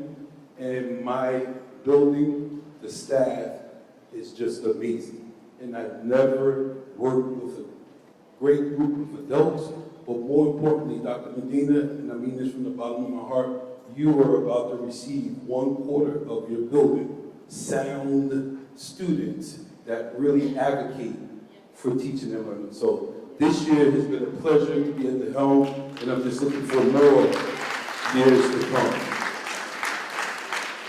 Student attendance, grade 8, never saw these numbers ever in 30 years. 94.6% of my 8th grade students came to school each and every day.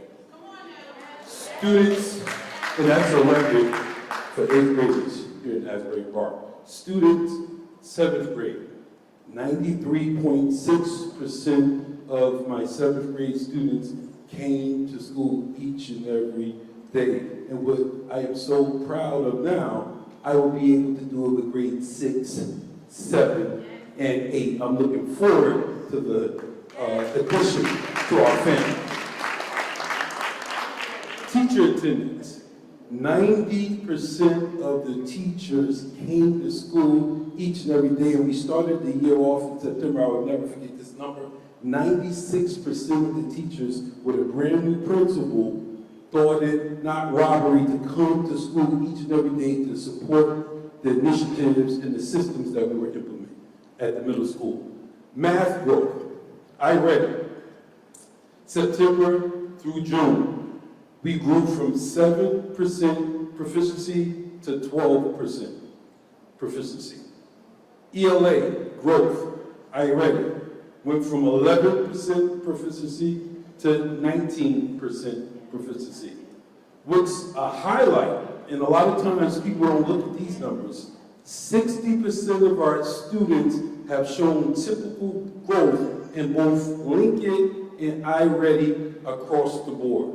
And what more importantly, we have driven down the numbers of students that were urgent intervention, generally at a level 1, drilled them down so those students now populate in level 2, level 3, and level 4.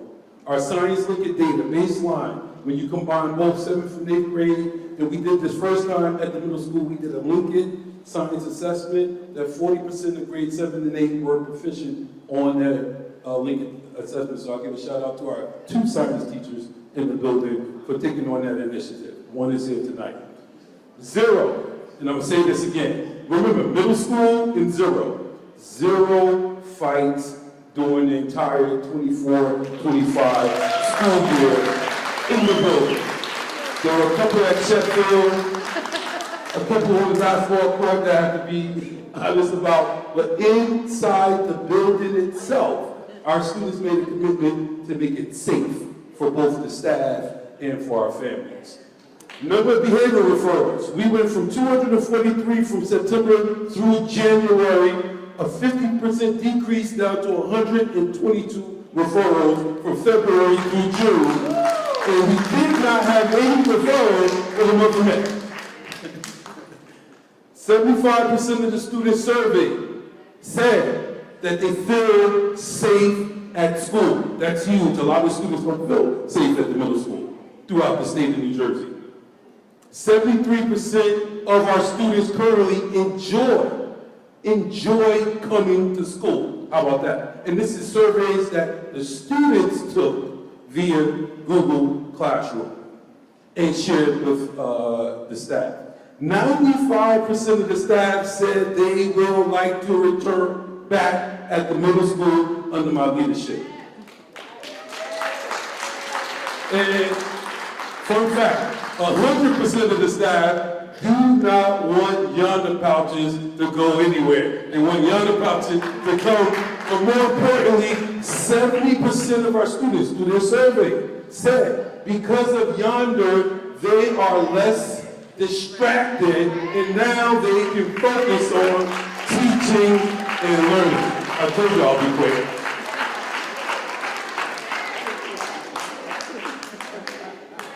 Thank you, Moncor. Excuse me, Mr. Moncor, Kenya. I do want to acknowledge my colleagues here. I think this school year we've really been able to build a true ecosystem between the schools. Thought partners the entire year, and it really has been a rewarding school year. And I do want to acknowledge Ms. Nancy Estrada, who's sitting back there, as another partner in this, and especially when we start looking at some of the high school data. And I didn't include some data that I've recited over the last couple of board meetings, but I can go over that. You're not going to see here some of our disciplinary data, but I do want to say that this school year, as compared to the school year before, we had 1,100, over 1,100 documented incidents of referrals. This school year, we had 259. So, to Mr. Moncor's point about feeling safe, students feeling safe, teachers feeling like they're making an impact, this is why we're able to get some of this data that you see here in front of you. A lot of our data, and I want to credit the Director of CNI, Mr. Edwin Ruiz, has been strategically placed. We have a bunch of benchmarks that work in tandem to give us an idea of where we're heading. So we know that early fall block in NJSLA, we exceeded the state average by, I think, 14 percentage points. So we beat the state in that regard. And it's not something that, we typically get a lot of news for, but it's something that this community needs to hear. We've also had a one student even scored perfect on that assessment. So we do have some data, more NJSLA data being released shortly. But when we look here, we can see that in our linkage data, and in the essence of time, I won't go over everything, but each content area saw an increase in ELA and math and Lincoln across the board. When we look at IXL, which is similar to iReady in that it's adaptive programming in both ELA and math across the grade levels, we've seen growth. That matches what we've seen in the state assessments. And then kind of circling back to attendance data, and I can't tell you for sure, but I think it's a safe bet. This may be one of our highest student attendance rates in a very long time. 89% of our students came to school every single day. And at the high school level, that is, particularly in communities like we serve, it's a difficult thing to achieve. And our staff attendance rate was 95%. So it's like with my colleagues here, I do want to acknowledge my high school staff that are kind of sprinkled in the audience here. We have some math teachers, some English teachers, and some support service staff here in the back there. So as we kind of conclude this presentation, I want to extend my thanks to Mr. Mark Rubino, our directors, and the board, because despite what we may have heard tonight and the back and forth, despite that, there has been progress. So I do want to acknowledge the board, and I do want to acknowledge Central Office for still moving forward. Thank you.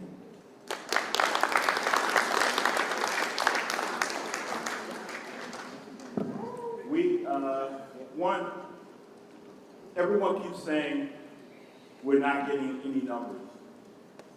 These principals have been up here for the last 4 months presenting what's been going on in these schools, the activities, now the testing, and everything else.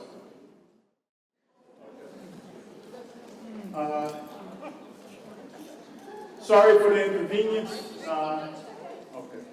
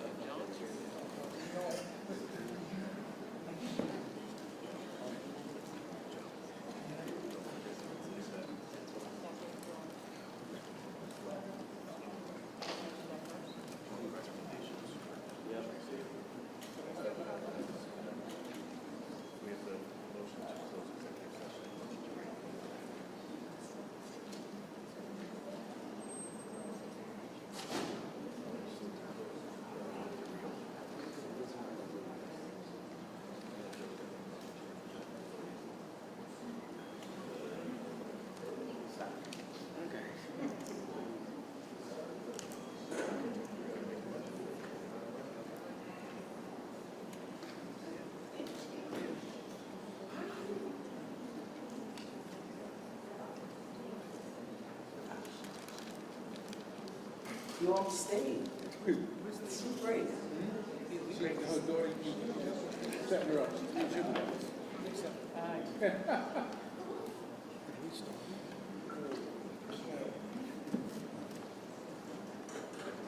Okay, I'd like to make a motion to close the executive session. And opening. Close the exec. We didn't close that. Make a motion to close the executive. Second. Roll call. Question, discussion. Just do all in favor? Aye. All in favor? Aye. Aye. Open the public session. Can I get a motion? I'll move it. Second. All in favor? No. Question, discussion. Aye.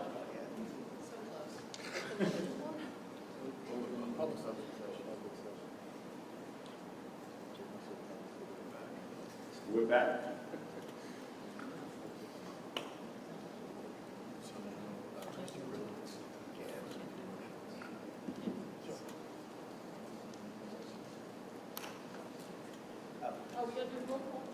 Wait, were we supposed to do roll call?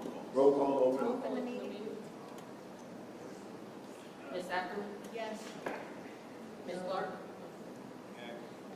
Yes. Mr. Grillo? Here. Mr. LaRocca? Yes. Ms. Lozinski? Yes. Dr. Penna? Yes. Ms. Riggs? Here. Ms. Glassman? Here. Mr. Rogers? Here.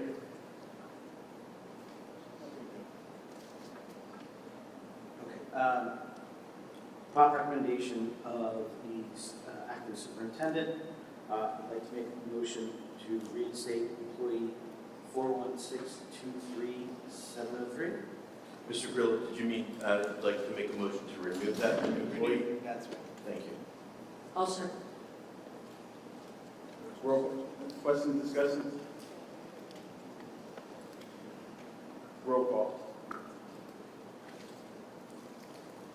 Ms. Ackerman? Yes.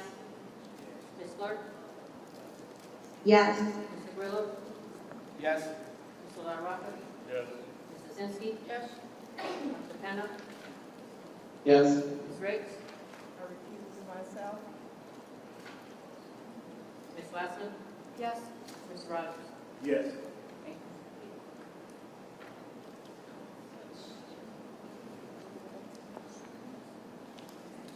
That's, Yes.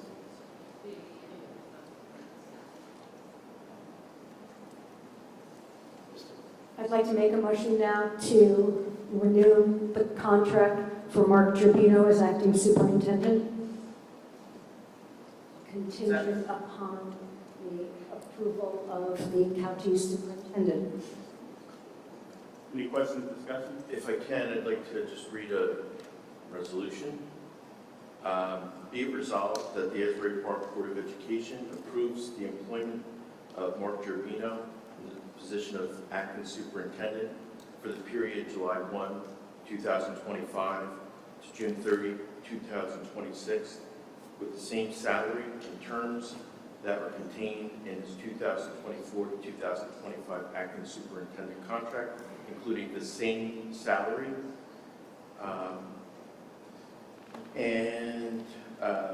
The only change will be that Mr. Gerbino will have the ability to give 30-day termination notice to the board. This motion and appointment is contingent upon and subject to the approval of the Monmouth County Executive Superintendent. And that is all we have. So that's the motion. Any questions, discussion? We have a roll call. Oh, I need a second. Take a motion. Second. Mr. Grillo, second. Questions, discussion? Questions, discussions? See none, roll call. Ms. Ackerman? Ed Steve? Ms. Clark? Yes. Mr. Grillo? Yes. Mr. LaRocca? Abstain. Ms. Lozinski? I'm going to abstain. Dr. Penna? Yes. Ms. Riggs? I'm recusing myself. Ms. Glassman? Yes. Mr. Rogers? Yes. Motion passes. So was that item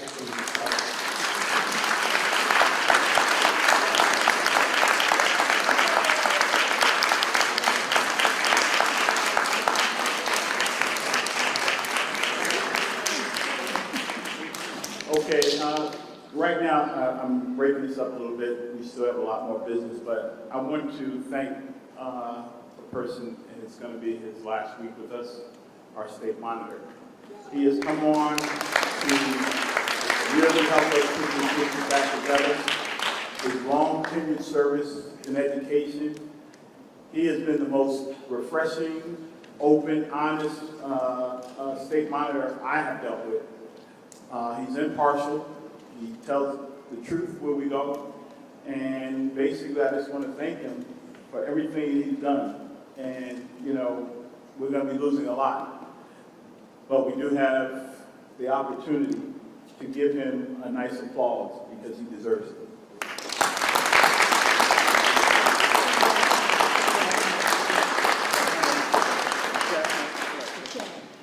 And also, replacing him, our new state monitor is here. And I just want him to raise strong board. And we will be taking over, and, you know, we expect a lot to get done. So, thank you. Okay, to the rest of the meeting. I think we only had 2 committee meetings this week. One was athletics, and I'm going to report out for that. We basically talked about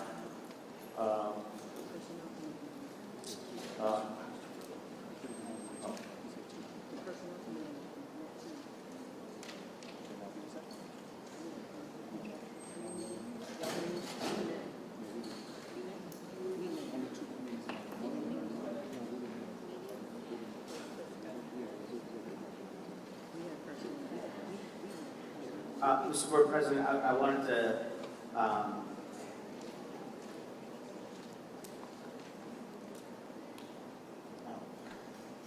carry on. Go ahead. Sorry. No, go ahead. Right now, committee meetings, one was athletics. I wasn't on all the meetings, and Ms. Atkins was there. We were discussing the new meeting. We just talked about Asbury providing some new artwork without any logos. So we have 2 options that I think you're going to circulate. I think we just got the other one from Mr. Artizo the other day. So I think that's an open issue for us. And other than that, I think we just talked about the schedule for fall sports. Also, that new system for the heating. To make sure that you Speak louder. that you can get overheated. The heating, yeah, he'd gotten a second quote for the program, for the sensor that tells us when the field's getting too hot for the students, so he went out and got an alternative quote from another program, but based on Asbury's ongoing relationship with the name escapes me at the moment, it'll be a lot less expensive to go that route, so I think he was following up with them to start moving the process forward. I think there are a couple more questions, but so we're moving forward with that. Thank you. So I think that was the only committee that reported out.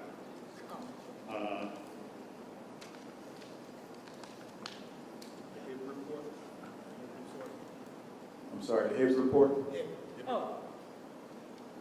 Good evening. The HIB report, we only had 2 incidents.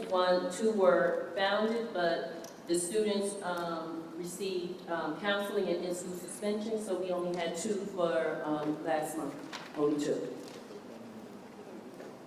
What building? It was for MLK. Thank you. You're welcome. Thank you. Since he's leaving, if he wants to give us final words, state monitor report. Well, I have about a half an hour to prepare remarks. But I'll keep it short tonight. I thoroughly enjoy being in the district. Contrary to rumors, I'm not leaving because I can't stand you. I'm leaving because this is time for me to retire. It's my 3rd retirement. And I think this is the final one. And I just want to say goodbye to everybody. It was a pleasure working with you all. I'm going to miss you all. Every single one of the board members I will miss. And no, that's the truth. And that's it. Thank you, Dave. Thank you, Sharon. Thank you.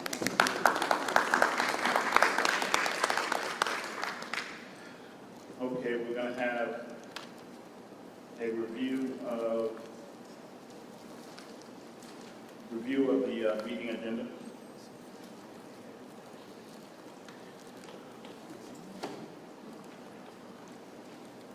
Can I just note on B8, number 15, the account number is wrong, it should be 2235. What do you call it? B8, number 15.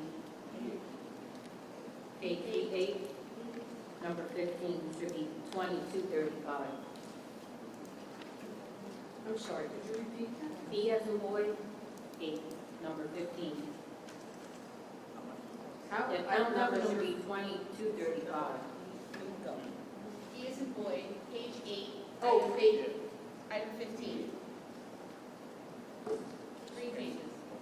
Yeah, but I printed up an agenda, there must be a change. It must be the way I printed it up. No, they all shifted by a page. They all shifted by one because they changed the agenda.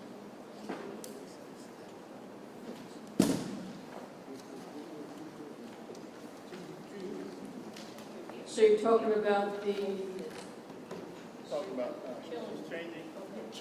She's just updating us on the account number. You're killing me, Petey, you're killing me.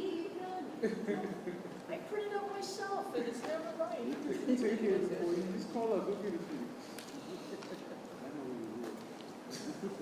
Maybe what we should do is give the packets out on Friday and actually deliver them like we used to, and then we all have the same pages. Well, Go back to digital, everybody can have that. yeah, but then it wouldn't come up right. all right, so you're talking about Digo Productions and the, and you want to do that first? No, she just wants to let you know that the account number is off. She wants to fix it. Okay, so what's the account number? Should be 230. 235 instead of 243. 20-235. All right, so I'm going to keep both of these next time.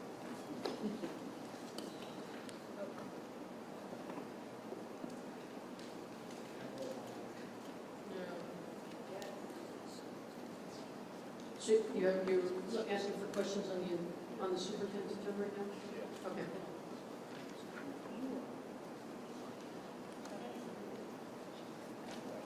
Oh, I have a question, because we do have the credit recoveries again on the agenda. I know we've done several. Do we have a count of the number of kids that are making up credits this year? Because, you know, it's always important for the upcoming year and also graduation.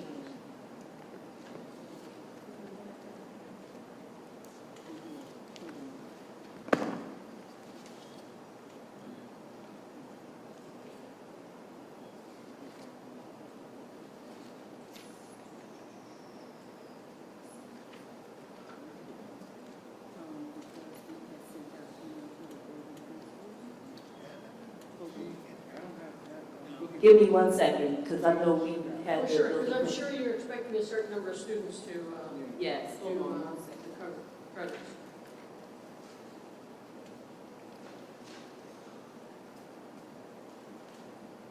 Maybe I'll ask another question on, is it B2 number, would it be H under the first item on personnel, number H, the curriculum committee?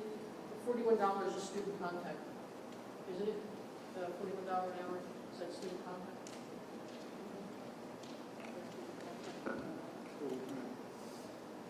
Which one's that? Certain things are students, some things are 41, and some things are 29 by, and 41 student contact, correct?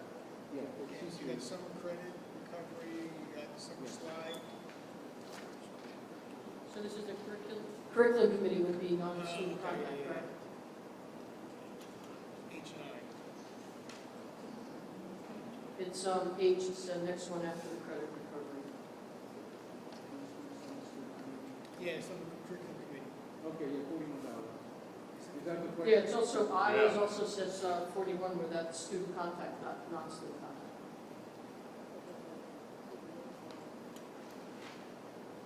It's always still $41 regardless, right? If it's student contact or not,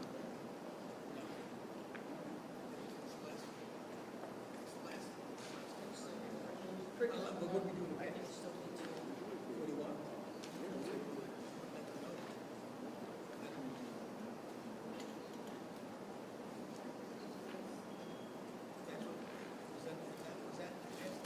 Ms. Lozinski, Yes, ma'am. the numbers for the credit recovery, we have 90 students enrolled. For credit recovery, we have 90 students. enrolled. 90. 90 students? Yes, ma'am. Barbara, in the past, we've always paid $41 for certificated staff for curriculum, regardless if it's non-student or student contact.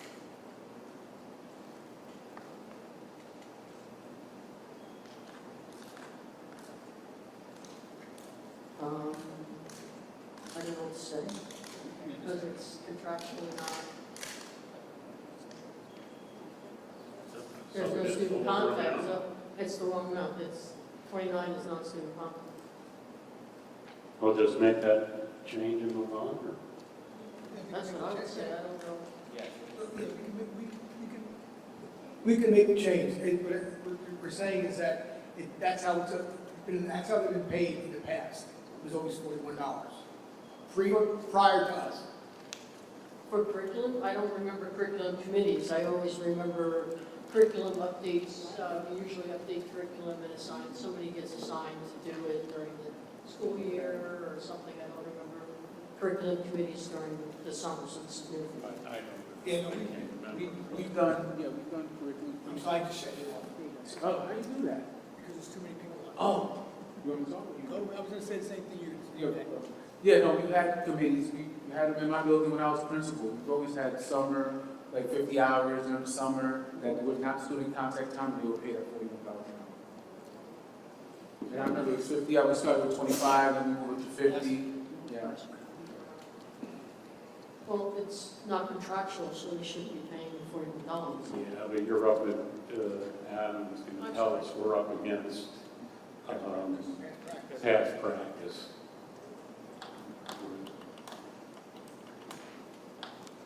You're up against past practice. All right, I don't mean to be, of course I always am, but I don't mean to be a pain, but can we check just to make sure that we've always paid them $41 an hour? Because it's non-student. I just want to make sure that, but it's, I'm not saying you're not correct, I just want, thank you very much. Okay. We'll have Can that checked from Ms. Lozinski. Yeah, Okay? and if there's Please something, send her an email as to what, now, actually, all of us, what the actual contractual is, but we're going up, as the Lord Attorney said, we're going up against past practices, so. We need a motion to table that one? well, they're supposed to start June 30th, so. Right now, You can make your approval contingent upon confirmation from, that way we're not holding anybody up. Make it contingent upon confirmation. Any other? Well, can I wait barbs on those? Can somebody clarify? I know that all the summer school stuff, preschool, was in the budget. I didn't see the middle school summer stuff. Did we have to pull that from somewhere else? Say again, the summer slide? The preschool summer was budgeted, and I saw that, but I need clarification or remind. I did not see a budgeting whether we had to pull funding from somewhere else to be able to do our middle schools. So most of everything that we're doing, when you see that, is funded by SIA, which is federal funds. So the summer slide program that was put in for middle school is being funded by federal funds. So they don't come out of our regular budget. A lot of the stuff that you're seeing now, we kind of lean on SIA funding to kind of pay for a lot of these programs. And just for everybody to know, our main summer program is handled by Boys and Girls Club. We don't have to pay anything other than provide the space for them, which is a big cost savings. And I don't think when we talk about budgets, we didn't really talk about probably the $1 million or so that we've seen over the last couple of years just by working with Boys and Girls Club. It's important that we know that because it's been a big savings. Preschool we have to pay, but that comes out of preschool budget. Preschool budget, right. And then of course special ed, our kids come out of IDA. Can we, on B3J, 15 to school-based budget, can we change, isn't that supposed to be a grant money? The summer curriculum committee, the other page? B3, number J, the other curriculum committees are under 235. This one says 15401, which is school-based budget. Shouldn't it be the 2235? Is it summer slide? Yes. Yes, that is correct. It should be 2235 as well. Thank you. And $41 also an hour is there, we can just make a note.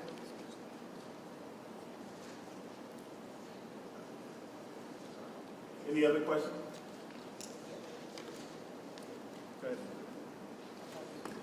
I have a couple of questions. I'm going to start with B7, item 13, and that is the Gear Up program. Correct me if I'm wrong, is an administrator in the district was hired by Brookdale Community College to be the director of this program that services the middle school and the high school. Which program, I'm sorry? The Gear Up. Gear up. Gear up. B7, B7, number 13. B7, item 13. Right, Gear up. The director, are you asking who's running the program? No, I'm asking, is it a conflict if an administrator in this district was hired by Brookdale Community College to be the director of this program that services the middle school and the high school? So Gear Up has its own director that's paid for by Brookdale. We don't have an administrator in our district who runs this program other than the... My question is, Yeah. if a district administrator is hired by Brookdale... The answer is no. You're asking if a district There is administrator... no conflict. There is no conflict, that's correct. Yeah, there's no district administrator that's paid by Brookdale to help run this program. We work with Brookdale directly, and they have a director, and they work with, like, Mr. Moncourt. They work directly with him so that they have a student. Mr. Moncourt is the principal Now, of that's the what middle I'm school. talking about. I'm Okay. not going to say the person's name. Okay, okay, I'm not sure, maybe I'm Yeah, misunderstanding the okay. question. Then I just want to know if it's a conflict. Yeah. The other thing is classroom setup. When did we start paying teachers to set up their classroom? This is, the only reason that this is in there because of the change in the two buildings. And it's the first time we've ever had to set up classrooms because we're flipping Bradley and Thurgood. And what we did this year differently, what we wanted to make sure we did was to make sure that those teachers who are working summer school, our preschool summer school, and our ESY summer school, is that we place them in the rooms they're going to be in during the school year. And all that has to turn over before the 7th, which is coming up next week. There is no real time. Usually teachers set up their classrooms when they come back. I need to have those classrooms ready to go for summer school. And this is why I need to be able to have them come in for 4 hours to help set up those rooms. This is very unique for this year, only because the two buildings are flip-flopping. I wanted to make sure, not only did we make sure those teachers go to the new building, but they went to the exact rooms they're going to be in during the school year. And so that's what that's about. Has there been a sidebar agreement negotiated with the union? I don't know of one, because this could come back to haunt because of other things that, so there's no sidebar agreement with the union. There should be, to ensure that it doesn't become another past practice. Past practice. To this year. Right.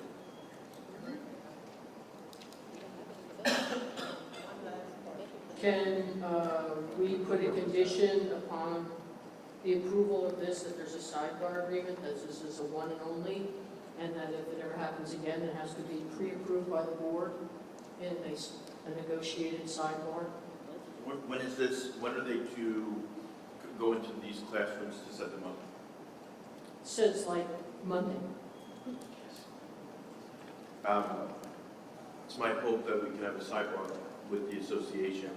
I have no reason to think that the association wouldn't be willing participants because it benefits their members to have their members come in ahead of time so that they can do, at their pace. And so it's my hope that the association would agree to a sidebar on that. You can make it contingent. Can we add something to the resolution to,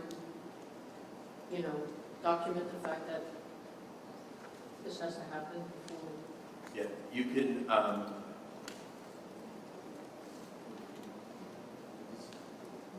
one thing we could do is we can speak, you could not approve this right now. We can speak to the association and then we can do a retroactive sidebar agreement. This way we wouldn't interrupt the ability for the teachers to come in to set up the rooms. We would adequately cover the district as it relates to concerns related to future past practices. I think we can do it that way. And I also would think that we can have a very quick answer from the association tomorrow. Let us know if they'd be interested in such a sidebar. So perhaps for tonight we don't do anything with the understanding that we'll speak to the union tomorrow and that next month there may be a retroactive sidebar between the association and the district, the board. Is that So- acceptable? Yeah, so we're gonna remove it from the agenda right now? Okay. So I- we're removing B6 number 11, and then it'll be enumerated next month. But for the teachers at home and here, note that it's the board's intention to ensure that you have adequate time to set up your room. The fact that it wasn't voted on tonight does not indicate that the board is not in favor of the arrangement. We just need to have the arrangement made in such a manner that both the association and the board are protected, that's all. That's 11 and 12. 11 and 12, that's correct.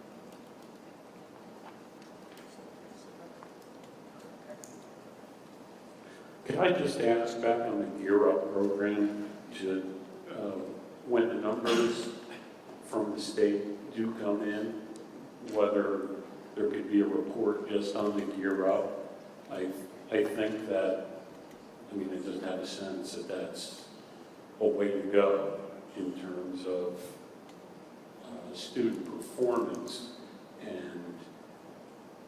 and if that's borne out by the numbers, we could really look at expanding that particular model. Can I bug you on that? Of course. Okay. We'll provide whatever you need. Any other questions? Yes, my very last question is C14, item 35. We're not in C section yet. Oh, we can't discuss that now? In a I second. thought we were just discussing stuff we had questions about. No, right now, we just have to bring up what we're bringing up. I stand corrected. The only other thing I had was the job description change. I know that by the regulations and statute is that a director of CNI can have a principal certificate. So I'm trying to figure out why couldn't we change that to whatever's required instead of naming it to? That's what it does. It says principal, director or principal servant. It's So clarifying. you just It's clarifying. state, okay. Yes, that's all. Okay. It doesn't affect anything. Well, I know, yeah. But see, so another thing on my thinking is that in the future, 5, 6, 7 years from now, you may need a director, but don't have the money for the director. Right. You hire a principal that can do the job, and it's saving this money. And the only other question I had is the ERI. I know that a lot of people read, tonight made comments about it. I'm not saying it doesn't work, or I'm not saying it's not needed, or it's going to be possible for the district. But I see there's an additional staff member, and I know right now, I think we have 2 paid students from other districts, and we have 3 in the program, but the staff keeps it expanding. And it's exceeded the amount that was estimated to cost. And I don't know if we're still saving money with the 5 students we have. So that was my question. I know I asked about it. It's just for informational. Yeah, no, so we are bringing more students. We have another 2 students that are signing up. Our program is now moving into the high school. We have 8th grade students who are in the program this year. We're moving down to the high school. So that's a continuation of the program. So as those students move up, the program it expands, but we have more students coming in from outside the district. Is there any thought about having the ERI program in a similar area, so it doesn't expand so much that, you know, you can have people that are servicing the kids without having to add staff to each school. So the problem with that is that you're taking, let's say, a middle school student, 6, 7, 8. If we move the ERI program to the high school, now you're taking them away from where they're supposed to be, 6, 7, and 8th grade. So now it doesn't become least restrictive anymore.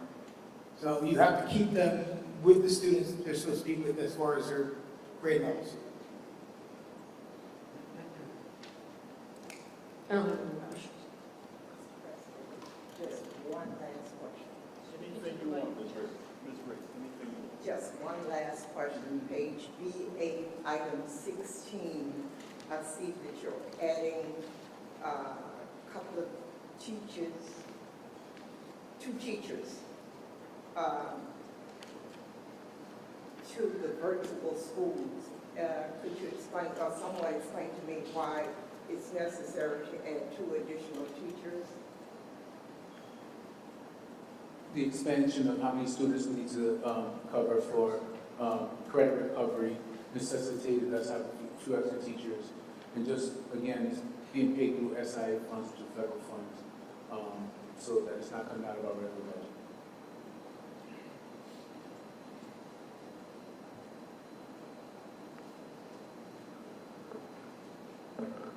I had a question on the minutes. We don't have the executive session ones, right? That's okay. Is it, there was also, I caught at least one like just a typo or in one of the vote counts, but I haven't had a chance to go all the way through it. Would the board be amenable to tabling approval of the minutes till the next meeting? I'll make a motion to table minutes. Second?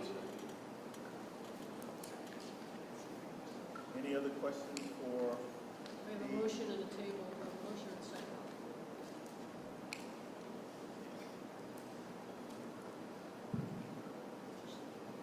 The motion is to table the minutes, approval of the minutes. Did we get a second? Yes.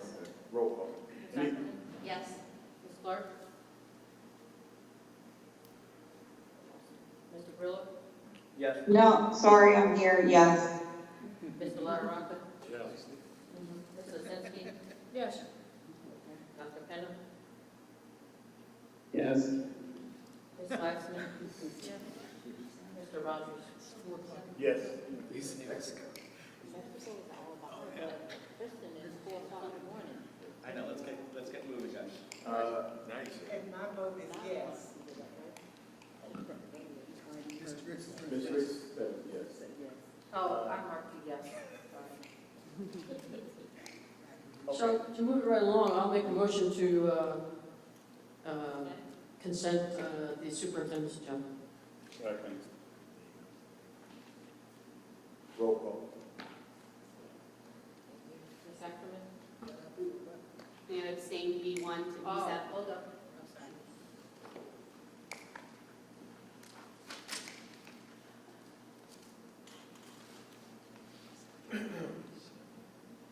Go ahead. Abstain B1 to B7 pages. E1 number 7? Yep, and voting no on B8, number 15 through B10, number 27, with the exception of the items that have been tabled. Yes to B10? No to B8 through B10.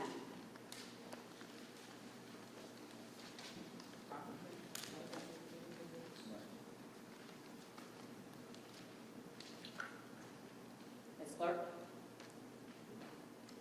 Yes. Mr. Grillo? Yes. Mr. LaRocca? Yes, and 11 and 12 is pulled. Sorry? 11 and 12 are full, yes. Pulled. Yes. Ms. Lozinski? I didn't know were these pages added, or did I miss something? I'm no longer going to print things at my house. No more.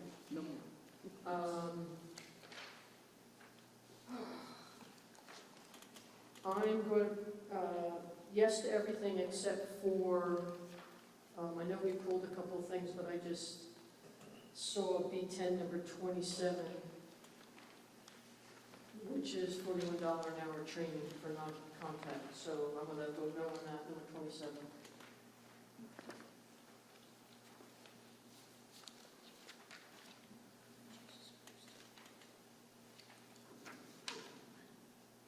Dr. Penna? Yes. Ms. Riggs?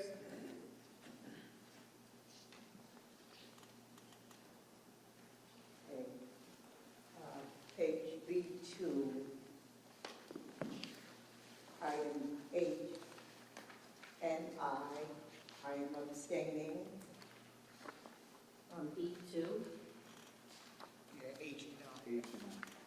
The page is B2, unless you change the pages. okay. It's about the credit, preschool curriculum and Thurgood Marshall summer school curriculum. I'm abstaining. B3, item J, MLK summer curriculum. I'm abstaining. B5, number 4, reassignment and transfers. I am abstaining. B6, 6A and B, rescinding of approval. I am abstaining. And all else, yes. Ms. Weissman? 20? Yes, sorry. Mr. Rogers? Except for everything we tabled, yes. Okay, on to the superintendent's business agenda.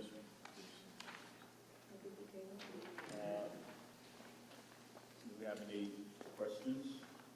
No discussion. Is this on On Mrs. C1. Brown's agenda? Yeah, Mrs. Brown's agenda, C1 to C15. Yeah, I just had a question about the facilities use, if I may.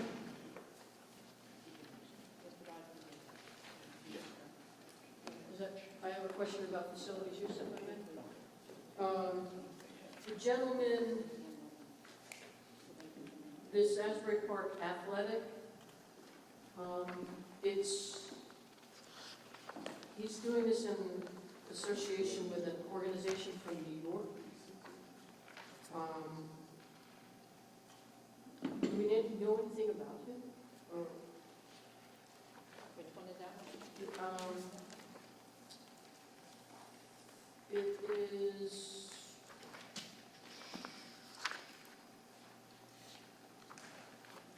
facilities use. The Asbury Park Athletic? Yeah, it's Andrew Johnson.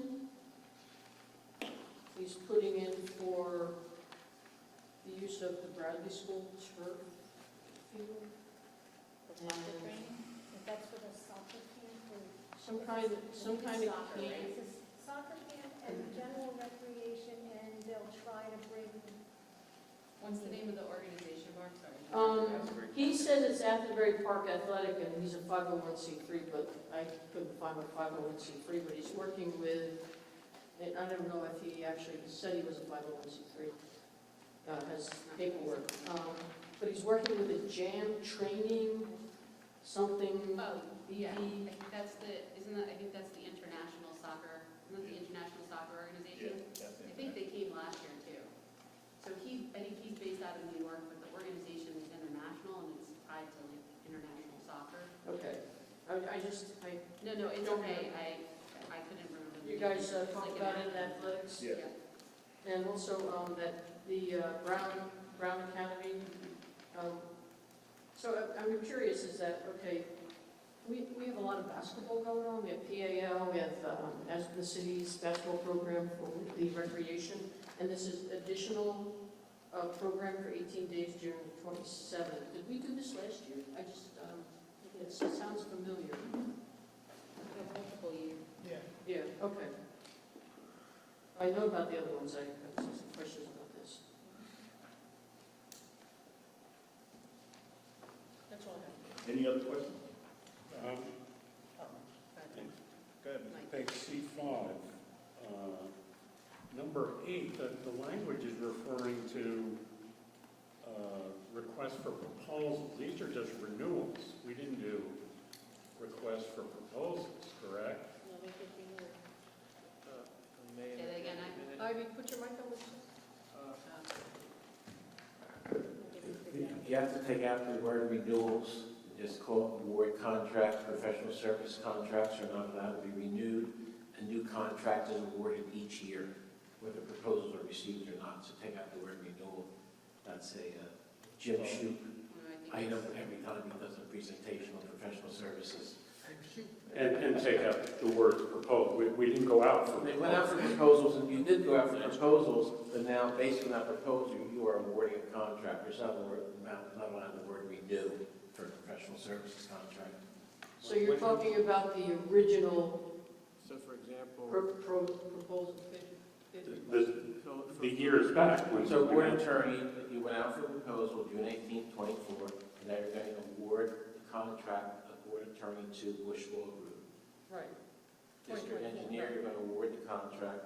Diesel, you're going to award the contract. And as far as the district auditor, you're just going to say you're going to award the contract of district auditor to. Because in the original proposal when we went out, we put in there with the option to renew. Oh, okay. So the original bid had an option to renew, so what we're doing is renewing the contract according to the original bid that was the year before. You can't say renew. No, we can say renew, we can't say request for proposal because no RFP. We didn't do an RFP, right? Yeah, Right, so that we're just renewing. Right, Yes. so, right. Never mind. As long as we're satisfied. As long as we're satisfied with Bush Law Group. I hope you're satisfied. Ms. Ricks? Yes. Number 35, early childhood provider contract. And you only have a middle class. Yeah, sure, that's true. So what about, what's the other one? Alphabets. Alphabet. Alphabets, Which number? it's my recommendation that alphabets be renewed. Yeah, I thought that was. And so I believe that paperwork is needed in order to renew. Yes. And we have not yet received it, but it's without question that it's alphabets has been renewed, and it should be renewed. So with contingency, it has to, we just have to what number is that? Can we just add that and contingent upon the accepted? It's my understanding that the required documentation has not yet been submitted by alphabets to the school district, so I would just hope that, the business office can follow up and document the follow-ups, because unless the required documentation is in place, I would suggest that we don't formally award, but it was automatically renewed, is my recollection. Right. So that we'll follow, that will be hopefully on next month's agenda, so we'll figure that out. Any other questions? Can I get a motion for consent agenda for the superintendent? Move it. I'll second.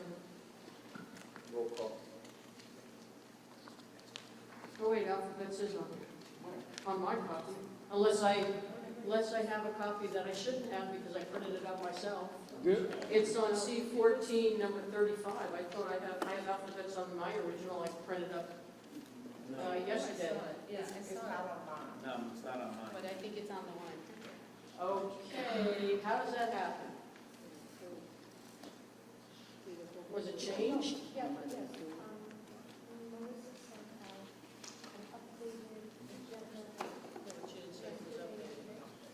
No, I know, It was my my understanding that my associate advised that alphabets be pulled from the agenda because the documentation was lacking or not present. And so, I stand by that recommendation in view of the fact that we don't have the documentation. Just so we can have clarification, if there's an update on the agenda, I know we used to, years ago, get a little blip about what was changed, so we know. Because I've already printed up my agenda when on Monday I get it, I print it up, and then, when we get, I just want to make sure that what I looked at was what's being presented tonight. So if we can get a little more clarification if things change, that's all. And then I can reprint my agenda.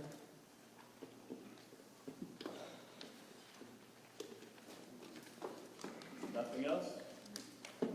Roll call. Ms. Ackerman? I abstain on 1 and 2. And then Pages C1 and 2? Sorry, 1 and 2 on page C1. I abstain. And then from C1, number 3, through C5, number 7, I'm yes. Sorry, I'm also yes on 8. Sorry about that.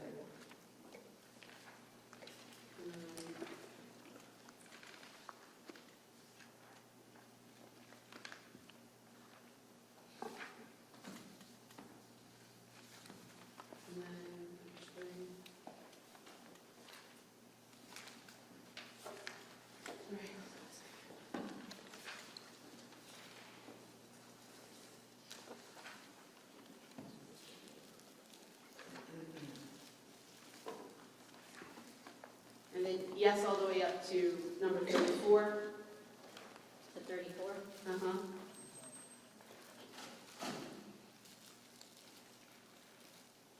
Number 35, I'm going to vote no.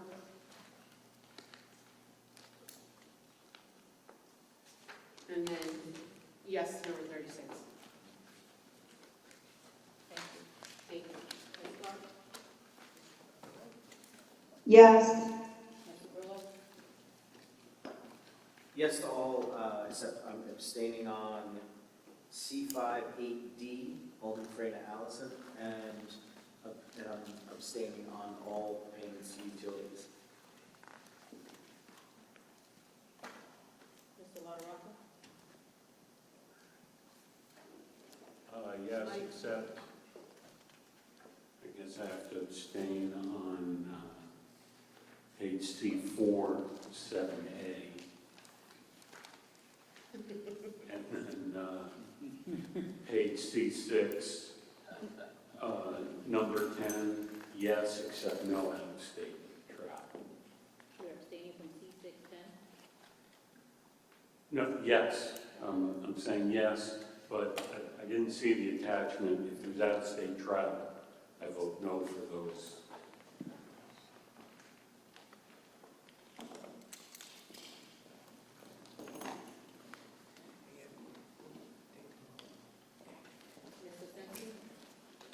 Yes, and everything except for the payment to consultants.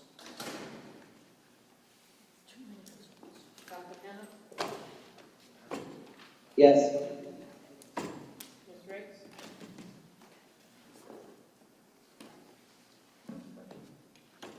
I am abstaining from C4, item B, E as in Edward? educational consultant.